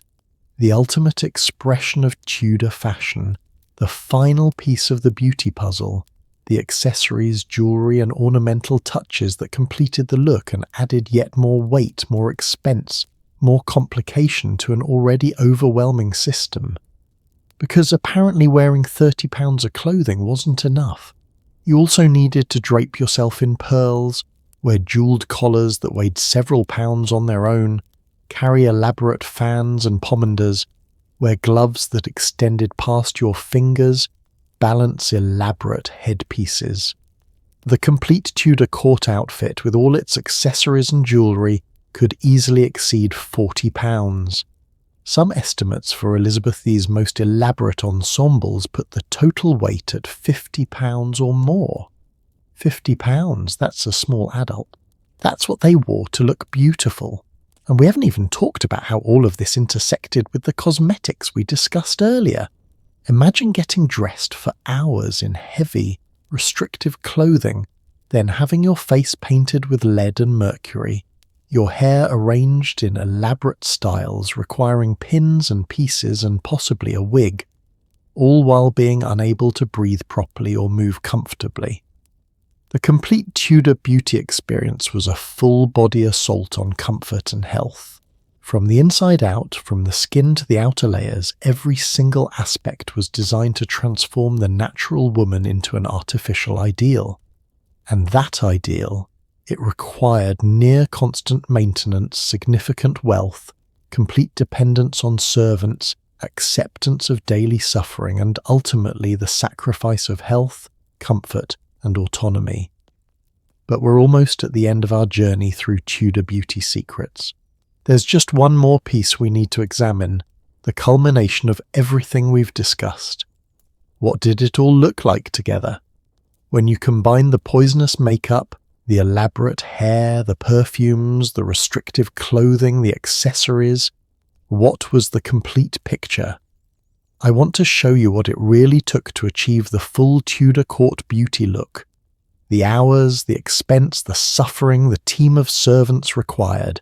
Because understanding the complete process, from waking up to the final appearance at court, helps us see just how consuming this pursuit of beauty really was. It wasn't just beauty, it was a full-time occupation, and it was slowly killing the women who pursued it. There's one image of Elizabeth Vane that stands out among all her portraits. It's from her later years, and unlike most royal portraits, it wasn't meant for public display. It's a more private painting, and in it, if you look closely at her mouth, you can see something that's usually hidden or artfully obscured in her official images. Her teeth are black, rotted. Some are clearly missing. The Virgin Queen, the Gloriana, the woman whose image was so carefully controlled, so meticulously crafted. She had the smile of someone who looked like they'd never seen a dentist in their life, which, to be fair, she hadn't, because dentists as we know them didn't exist. And the teeth problems that plagued Tudor England weren't from lack of trying to care for them. They were from something new, something that had recently arrived in Europe and was spreading through the upper classes like a sweet crystalline plague. Sugar. Welcome to the Tudor dental crisis. where the newest luxury import destroyed aristocratic smiles, where tooth care existed but was fundamentally misguided, and where losing teeth wasn't just cosmetic, it could literally change the shape of your face and how you spoke. Let me tell you a story about how a status symbol became a health disaster and how Tudor beauty standards somehow made the whole thing even worse. Before the 1500s, sugar was rare in England, incredibly rare. It existed, but only the extremely wealthy could afford it, and even they used it sparingly, more as medicine than food. It was imported from Mediterranean regions at enormous expense, sold by weight like precious metal. But then came the age of exploration. Europeans started establishing sugar plantations in the New World, on the backs of enslaved people, a horror we should always acknowledge, and suddenly sugar became more available. Still expensive, but accessible to anyone with wealth and status, and wealthy Tudor people went absolutely crazy for it. Sugar became the ultimate status symbol. If you could afford to serve sugar at your table, to have sugar sculptures at banquets, to eat sugared fruits and candies regularly, you were announcing to the world, "I am rich, I am important, I matter, Elizabeth." I was particularly fond of sugar. Historical accounts describe her love of sweets, her constant consumption of candied fruits, sugared almonds, marzipan confections. She kept dishes of candy nearby and would pop pieces into her mouth throughout the day, and her teeth paid the price. There's a fascinating account from a German visitor to Elizabeth's court in 1598. Paul Hentzner wrote about his audience with the Queen, and he described her appearance in detail. When he gets to her teeth, he writes, and I'm translating from the Latin here, that her teeth were very black, a defect the English seem subject to, from their too great use of sugar. Very black, not stained, not discoloured, black. And he's right that it wasn't just Elizabeth. Dental decay had become epidemic among the English upper classes. Having black, rotted teeth became almost a marker of wealth. It proved you could afford sugar. The poor, who couldn't afford sugar and ate simple diets of bread, vegetables, and occasional meat, they generally had excellent teeth. Archaeological evidence from Tudor-era burial sites shows that lower-class individuals often had complete sets of strong, healthy teeth well into old age. But aristocrats, their skulls show extensive decay, abscesses, tooth loss. Some have so much bone loss from dental infections that you can see it in the skeleton. They were literally rotting from the inside out, one sweet treat at a time. Now, it's not like the Tudors were completely ignorant about dental care. They knew teeth needed maintenance. They tried to take care of them. The problem was that their methods ranged from ineffective to actively harmful. Let's talk about Tudor toothbrushing because it existed, just not the way we do it. They didn't have toothbrushes. The modern toothbrush wasn't invented until the very end of the 1700s. Instead, Tudors used cloths, usually linen or wool, to rub their teeth.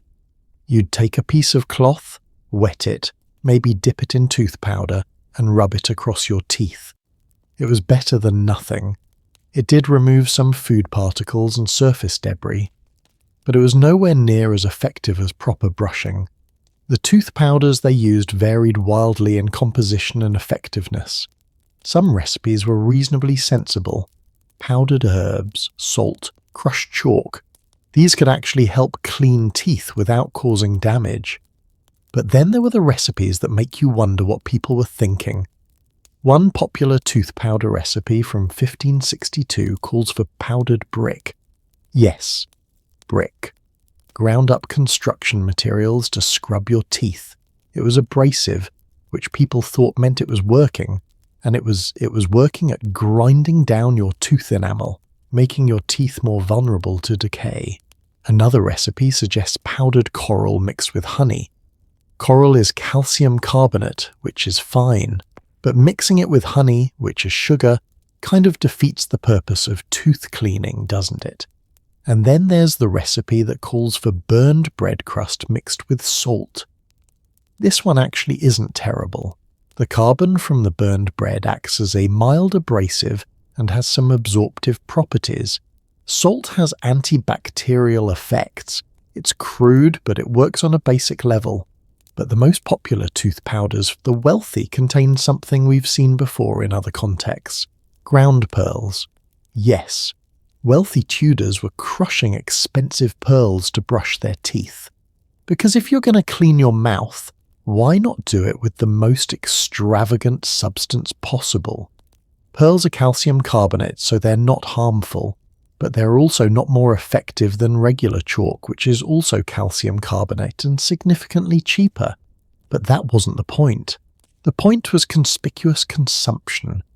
Even your dental care needed to announce your wealth. After cleaning with cloth and powder, Tudors would rinse their mouths with various solutions. Water mixed with herbs, rosemary, mint, sage, was common. These actually did help freshen breath and had mild antibacterial properties. But some people used wine vinegar to rinse, acidic liquids to clean your teeth. If you know anything about dental health, you're cringing right now. Acid erodes enamel. They were literally dissolving their teeth's protective layer in the name of cleanliness. And then there was the whitening obsession, because even as their teeth were rotting, Tudors wanted them to look white. Various whitening treatments were available, most of them useless, some actively harmful. One method involved rubbing teeth with a mixture of ground cuttlefish bone and vinegar. The abrasiveness might create a temporary whitening effect by removing surface stains, but the vinegar was destroying enamel. Another whitening method used aqua fortis, nitric acid. Yes, acid strong enough to dissolve metal applied directly to teeth. I don't even know how to process this. Did people actually do this? Historical records suggest some did, though presumably not for long, as the immediate pain and damage would have been obvious. But the desire for white teeth was so strong that people would try almost anything. Because by this point, having white teeth was becoming increasingly rare among the sugar-consuming classes. Black teeth were common, grey teeth were common, white teeth? Those marked you as either very young or very poor, and rather than, eating less sugar, people tried to fix the cosmetic problem while continuing the behaviour causing it. Sound familiar? We do the same thing today. We use whitening strips and bleaching treatments while continuing to drink coffee and wine that stain our teeth. The specifics change, but human behaviour remains pretty consistent. Now, let's talk about what happened when teeth got so bad they needed to be removed. Because Tudor dentistry was, it was a nightmare. There were no dentists. Instead, you went to a barber surgeon, the same person who cut your hair, let your blood, and performed minor surgeries. These were general practitioners of body maintenance, and teeth fell under their jurisdiction. The tools for tooth extraction were terrifying. Large metal forceps, sometimes called dental pelicans because they supposedly resembled a pelican's beak. No anesthesia beyond maybe some strong alcohol. No understanding of infection control. You'd sit in a chair, probably have several strong men hold you down, and the barber surgeon would grip your rotten tooth with his forceps and pull. Sometimes the tooth came out cleanly. Sometimes it shattered, leaving pieces embedded in your gum. Sometimes the forceps slipped and damaged surrounding teeth. Sometimes the extraction created an infection that spread to your jaw or even your brain, which could kill you. And the pain, the unimaginable pain. People would scream so loudly that tooth extractions were sometimes performed in back rooms or outside so as not to disturb other customers. There's an account from 1577 of a woman who died from a tooth extraction gone wrong. The barber surgeon's tools slipped, breaking her jaw. The wound became infected. She died in agony a week later, all because she had a toothache. And here's the thing, tooth extractions were common, really common. By middle age, many aristocrats had lost multiple teeth, some had lost most of them. Elizabeth I herself lost several teeth over the course of her reign, and by the end she was reportedly stuffing cloth into her cheeks to fill out her face during public appearances.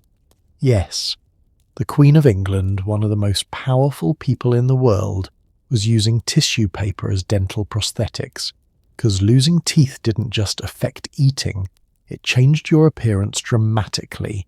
Your face would collapse inward around the missing teeth. Your cheeks would hollow. Your lips would sink in. You'd suddenly look decades older, and your speech would change. Certain sounds, like S and Th, require your tongue to interact with your teeth. Without teeth, you'd develop a lisp or slur. Your words would be harder to understand. For someone like Elizabeth, whose authority partly rested on her public speaking ability, this was a serious problem. Hence the cloth stuffing, a desperate attempt to maintain her appearance and speech clarity. But tooth loss wasn't just an aesthetic or functional problem, it was also incredibly painful. Modern people who've lost teeth know the discomfort. Now imagine losing them not to clean, modern extraction but to rot and infection, with no antibiotics, no pain relief, just enduring until the tooth finally fell out or became so unbearable you had to face the barber surgeon. And yet, people kept eating sugar, kept consuming the thing that was destroying their teeth, because it was fashionable, because it was delicious, because everyone else was doing it. There were some voices of reason. A few physicians wrote treatises warning about sugar's effects on teeth. One doctor in 1580 wrote explicitly that excessive consumption of sugar causes the teeth to rot and blacken, bringing great pain and loss. But this advice was largely ignored. Sugar was too desirable, too tied to status and fashion. Giving it up would mean social suicide, appearing poor, unsophisticated, out of touch. So people suffered. They lived with chronic tooth pain, they endured infections, they lost teeth one by one, and they kept eating sugar. The cognitive dissonance is staggering. They could see cause and effect. They watched their teeth deteriorate. They connected it to sugar consumption, and they couldn't stop. It's addiction, really. Not in the clinical sense, though sugar can be addictive, but in the social sense. When your entire culture revolves around something, when refusing it means social exclusion, when the immediate pleasure outweighs the long-term consequences, you keep doing it despite knowing better. And there's something else about Tudor dental problems that we need to address: the class implications. Having black teeth became, in a weird way, fashionable. Not because people thought black teeth were attractive, they didn't, but black teeth proved you could afford sugar. They were a sign of wealth and status. Poor people with their healthy white teeth, they look lower class. Their white teeth mark them as unable to afford the sugar that destroyed aristocratic smiles. So some wealthy Tudors who naturally had good teeth would actually blacken them artificially. There are records of people using various substances, soot, charcoal, even deliberate staining, to make their teeth look more fashionably rotten. Let me repeat that because it's so absurd it barely seems real. People with healthy teeth deliberately made them look rotten to appear wealthier. This is what happens when status symbols become detached from actual benefit. When the marker of wealth becomes more important than the thing it's supposed to indicate. You see the same phenomenon throughout history. Foot binding in China, deliberately crippling women because it proved they didn't need to work. Extreme thinness in modern fashion, starving yourself to prove you have the discipline and resources to maintain an unnatural body type. We keep doing this. We keep taking markers of privilege, which often involve suffering, and turning them into aspirational goals. Then we reproduce the suffering to achieve the status. The Tudors did it with teeth. We do it with our own bodies in different ways. Now let's talk about some specific cases, because individual stories really drive home how devastating this was. There's a diary entry from 1591 written by a woman named Arbella Stewart. She was a noblewoman with a claim to the throne, a distant one, but enough to make her politically important. In her diary, she writes about suffering from a toothache so severe she couldn't eat, couldn't sleep, could barely speak. She tried every remedy available. Clove oil to numb the pain, which works a little bit actually. Herbal poultices applied to her jaw. Even lying on her painful side with her jaw against a heated brick, because someone told her heat would draw out the bad humours. Nothing worked. Finally, she had the tooth extracted. She describes the extraction in her diary, the terror of waiting, the pain of the procedure, the relief when it was finally over despite the blood and trauma. And then, a few months later, another tooth started hurting. The cycle began again.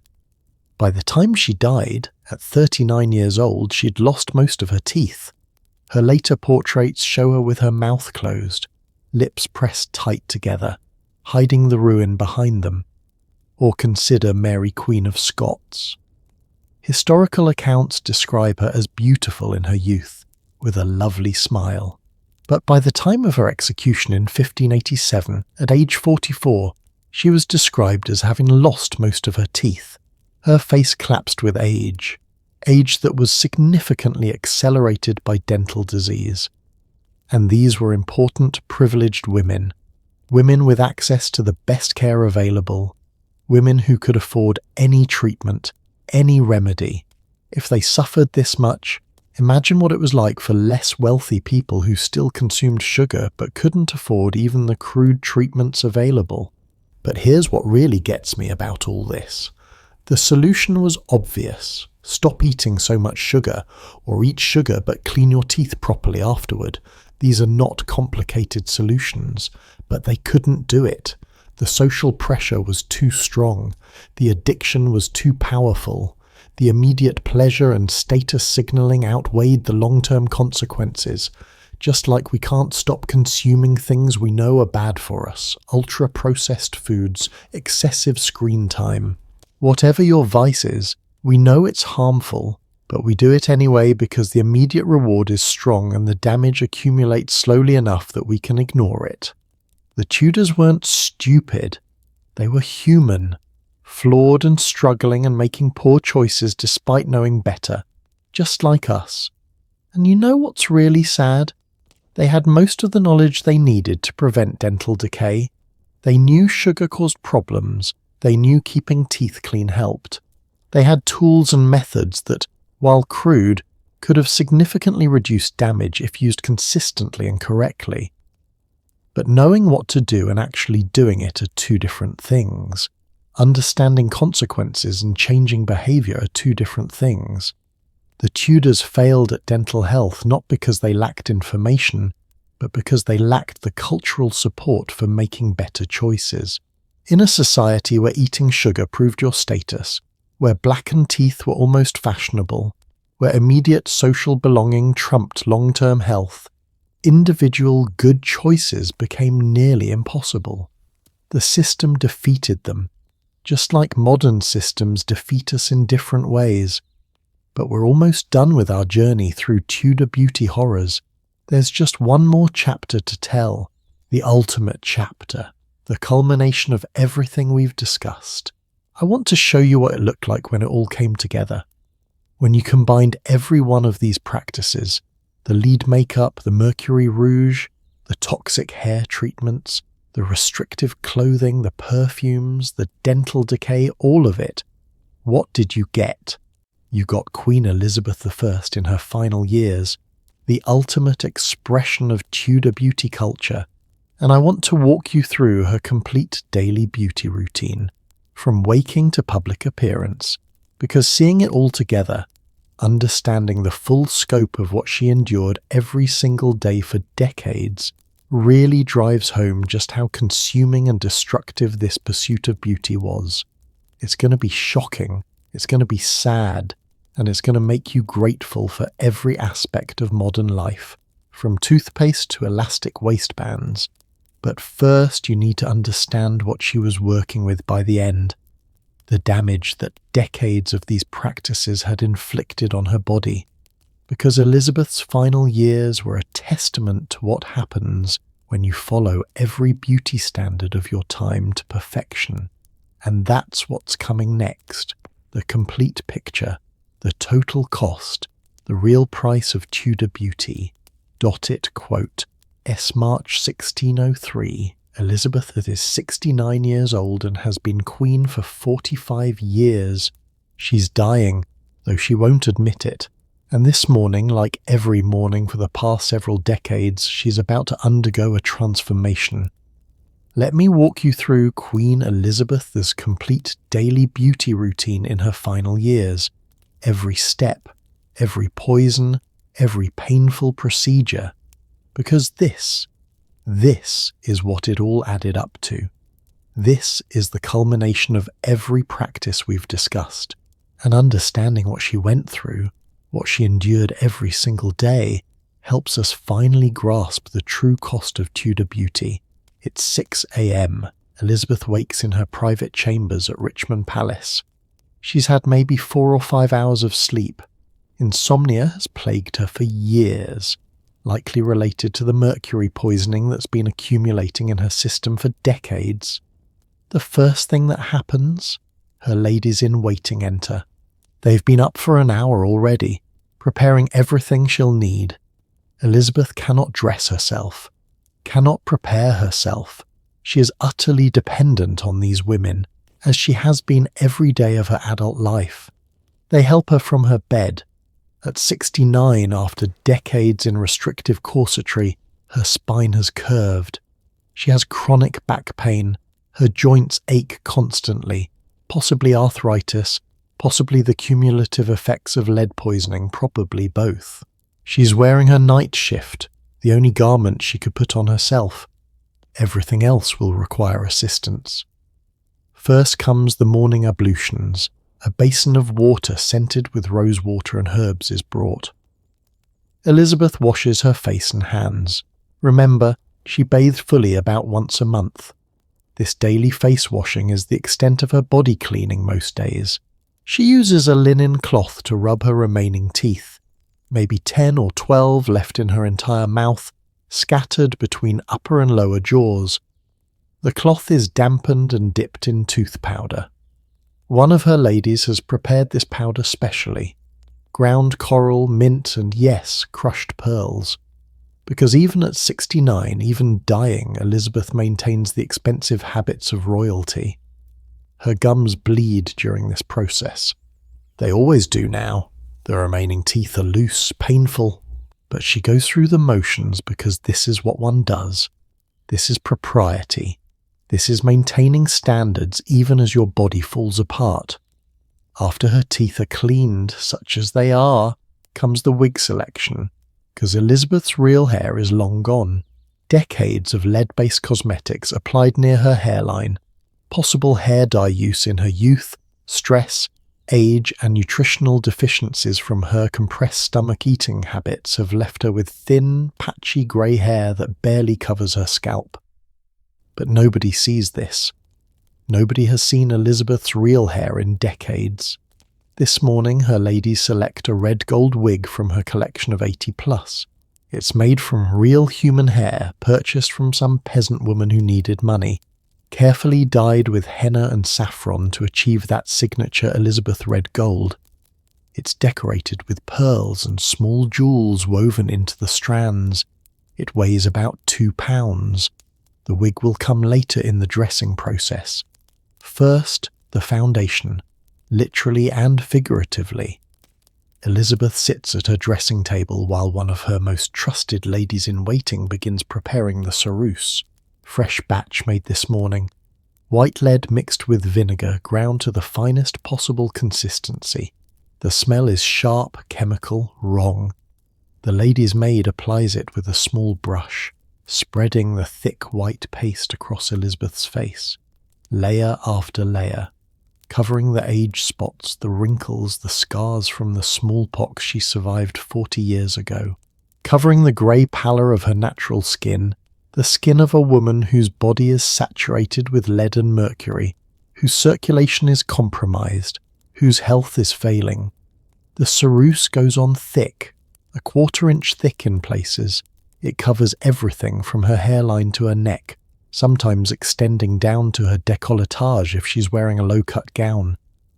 Her face becomes a white mask, smooth, ageless, inhuman. This process takes 30 minutes. 30 minutes of sitting still while poison is painted onto her face. The fumes make her eyes water. Or maybe that's just age. Or the mercury that's been affecting her tear ducts. It's hard to say anymore. While the ceruse sets, it needs to dry slightly before the next layer. Another lady works on her hands. Elizabeth's hands are veined, age-spotted, arthritic. The joints are swollen, so her hands also get ceruse treatment.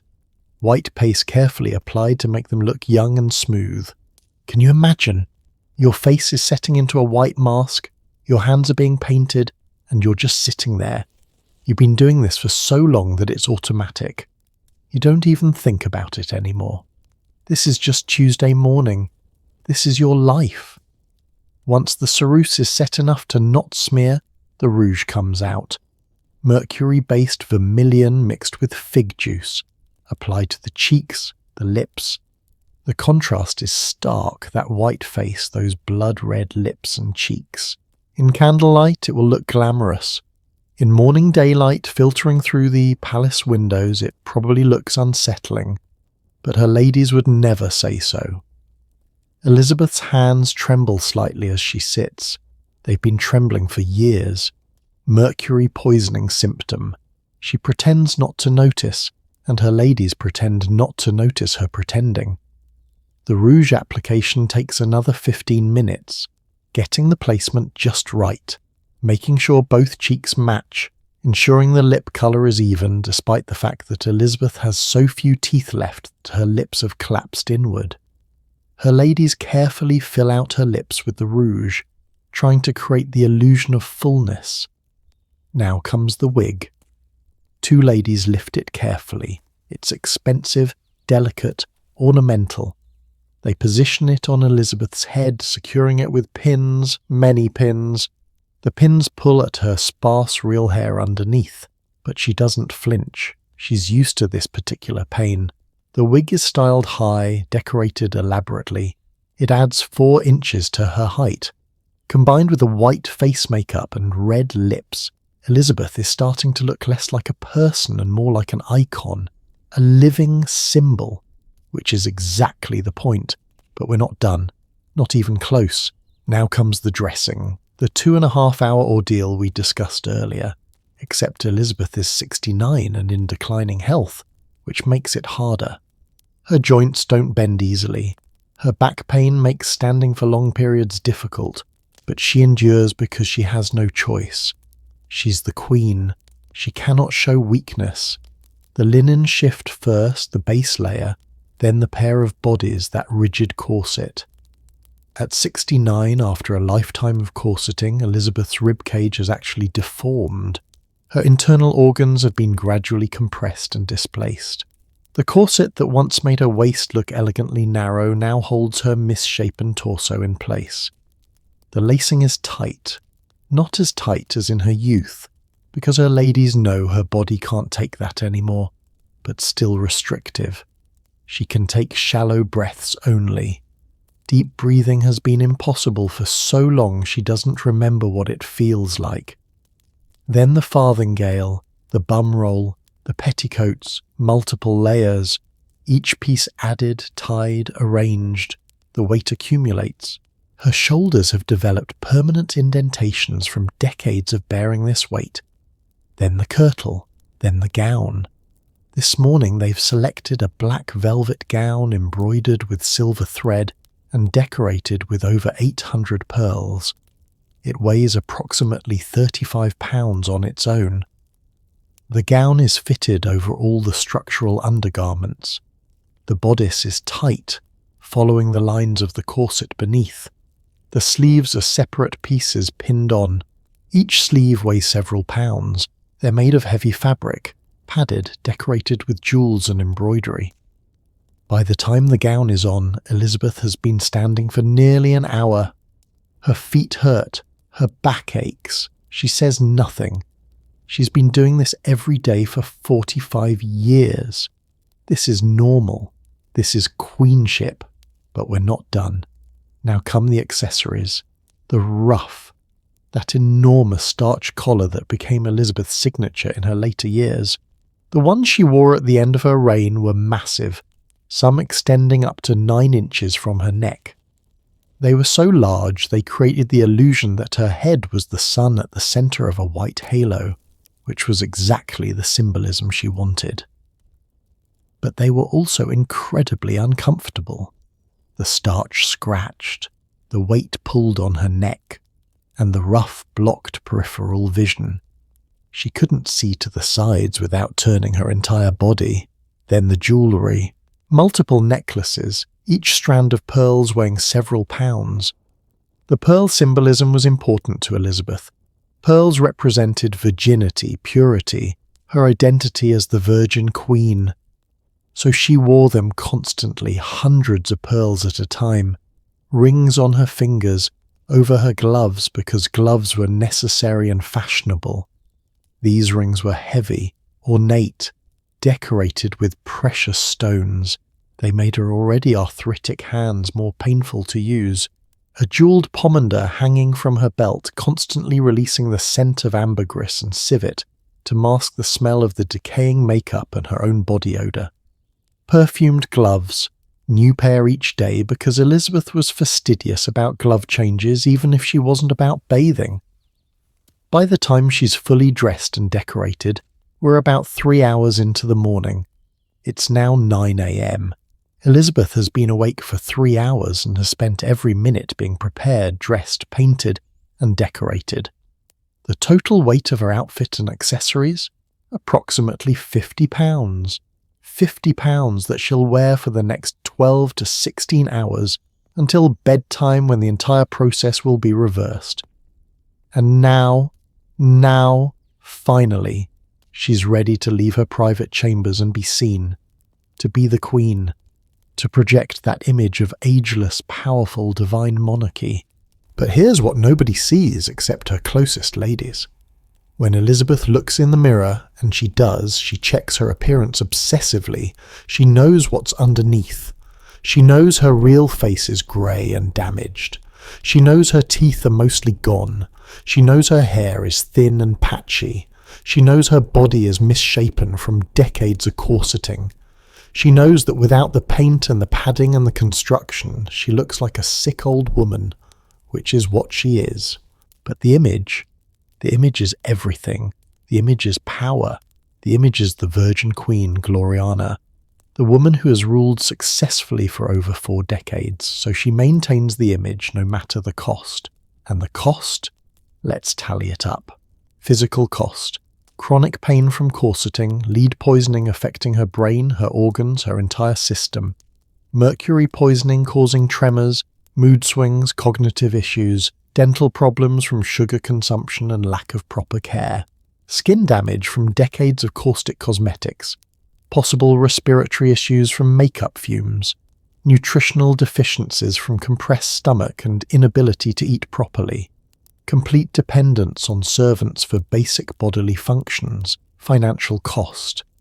The maintenance of this appearance cost a significant portion of the royal household budget. Thousands of pounds per year in cosmetics, clothing, wigs, jewellery. If we tried to calculate it in modern currency, we'd be looking at hundreds of thousands, possibly millions of pounds annually just for one woman's appearance maintenance, temporal cost. 3 hours every morning to dress, 2 hours every evening to undress, another hour throughout the day for makeup touch-ups, which were necessary because the ceruse would crack and need repair. That's 6 hours per day minimum. Multiply that by 45 years of reign, that's over 98,000 hours spent just on appearance maintenance. That's over 11 years of her life, measured in raw hours. Psychological cost. The constant vigilance, the fear that the mask will crack, that someone will see beneath it. the knowledge that your power and authority rest partly on maintaining an illusion that requires daily renewal. The loneliness of knowing that nobody, absolutely nobody, sees the real you. And for what? So she could rule effectively in a world that judged female monarchs by their appearance as much as their ability. So she could maintain the Virgin Queen mythology that was central to her political identity. So she could project the image of eternal youth and divine favour. It worked. Her image became legendary. Portraits of Elizabeth are instantly recognisable even today. That white face, those red lips, those elaborate ruffs. She created an iconic appearance that has lasted 500 years. But was it worth it? Could she have ruled effectively without all this? We'll never know. She made the choice to embrace and perfect every Tudor beauty standard, and she suffered enormously for it. And here's the thing that breaks my heart. Elizabeth was intelligent, highly educated, politically brilliant. She spoke 6 languages. She wrote poetry. She navigated complex international politics for decades. She was one of the most capable monarchs England ever had. And yet she spent 11 years' worth of time, cumulative hours added up, just maintaining her appearance. Imagine what else she could have done with that time. What she could have created, learned, accomplished. But in her world, the appearance was the accomplishment. The image was the achievement. She couldn't separate herself from the beauty standards of her time any more than we can fully separate ourselves from ours. There's an account from one of her ladies-in-waiting written years after Elizabeth's death. The lady describes helping Elizabeth dress in those final months of her life.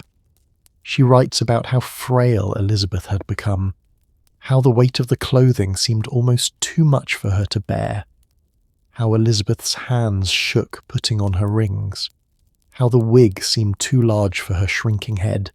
But Elizabeth insisted on full dress, full makeup, every single day until she was literally too weak to stand.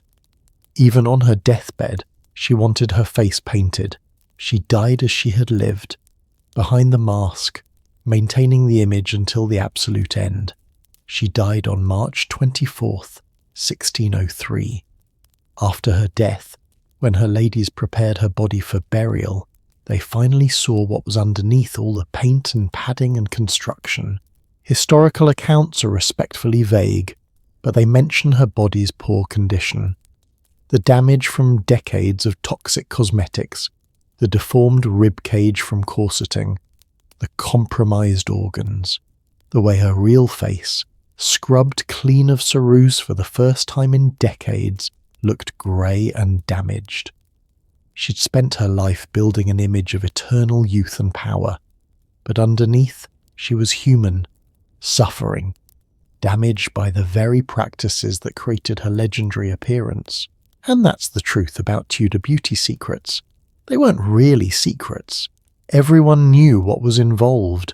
They were just costs that women were expected to pay, prices that seemed reasonable in a world where your appearance determined your value, where following beauty standards was non-negotiable, where the alternative to suffering was social death. These women, Elizabeth and all the others we've discussed, weren't vain or foolish. They were trapped in systems that gave them impossible choices and told them to smile while making them. They were poisoning themselves, starving themselves, binding themselves, bleeding themselves, and they had to pretend it was all effortless, natural, just what women did. The silence around the suffering, that's what really gets me. Nobody talked about the pain, nobody acknowledged the cost. It was just expected, normal. The price of being female and wanting to matter in a male-dominated world. And you know what? We still do versions of this. Different poisons, different restrictions, different costs, but we still sacrifice our health and comfort and time on the altar of beauty standards. We still feel pressure to meet impossible ideals. We still sometimes choose the suffering because the alternative seems worse. 500 years later, and we're still fighting versions of the same battles these Tudor women fought. But here's what I want you to take away from this story. These women were strong, stronger than we often give them credit for. Yes, they were trapped in oppressive systems. Yes, they made choices we can see were harmful, but they survived. They functioned. They accomplished things despite carrying these burdens. Elizabeth ruled successfully for 45 years while slowly being poisoned by her own cosmetics. That takes a strength we rarely acknowledge. Every woman we've discussed tonight, from the noble women plucking their hairlines to the servants grinding mercury to the queen herself, sitting for hours being painted with lead, they all had a kind of endurance that's almost unimaginable. They deserve to be remembered not just for what they suffered, but for what they accomplished despite that suffering. And maybe we can learn from them, not to repeat their mistakes, but to recognize the patterns, to see when we're being told that suffering is beauty, that pain is necessary, that our value lies in our appearance rather than our humanity. Maybe we can break cycles that have been running for 500 years. Maybe we can choose differently. Or maybe we'll just find new ways to poison ourselves for fashion. History suggests we're pretty creative that way. But at least now you know the truth. You know what it really cost to be beautiful in Tudor England. You know the secrets, and they're not pretty secrets. They're horror stories disguised as beauty tips. So the next time you complain about your makeup taking too long, or your shoes being uncomfortable, or your diet being restrictive, remember Elizabeth I. Remember the Tudor women who spent 3 hours getting dressed, who wore 50 pounds of clothing, who painted their faces with lead and drained their blood to look appropriately pale. Remember that beauty has always come with costs. The costs just change over time. And be grateful, so grateful, for modern dermatology, for safe cosmetics, for elastic waistbands, for dental care, for everything that means you don't have to choose between beauty and survival. Because that's what Tudor women had to choose, and they chose beauty, knowing it would kill them. That tells you everything you need to know about the world they lived in, and maybe something about the world we live in too. Thank you so much for staying with me through this entire journey into the dark side of Tudor beauty. I know it's been long, detailed, sometimes disturbing, but I hope you found it as fascinating as I do. These stories deserve to be told. These women deserve to be remembered, not just as beautiful portraits, but as human beings who suffered in pursuit of impossible ideals. If this story touched you, if it made you think, if it gave you a new perspective on history or beauty or what women have endured through the ages, please leave a comment below. Tell me which secret shocked you the most. Tell me what you're grateful for in modern life. Tell me your thoughts. And if you enjoyed this deep dive into history's darkest beauty practices, stay tuned. Because history is full of stories like this. Stories of how people suffered for fashion, for status, for love, for survival. Stories that reveal uncomfortable truths about human nature and society. There are so many more stories to tell, so many more secrets to uncover. Until next time, take care of yourselves. Be kind to your bodies. Question beauty standards that demand suffering. And maybe, just maybe, appreciate that you live in an age where lipstick won't give you brain damage. Good night, everyone. Sleep well. And thank you for letting me share this story with you.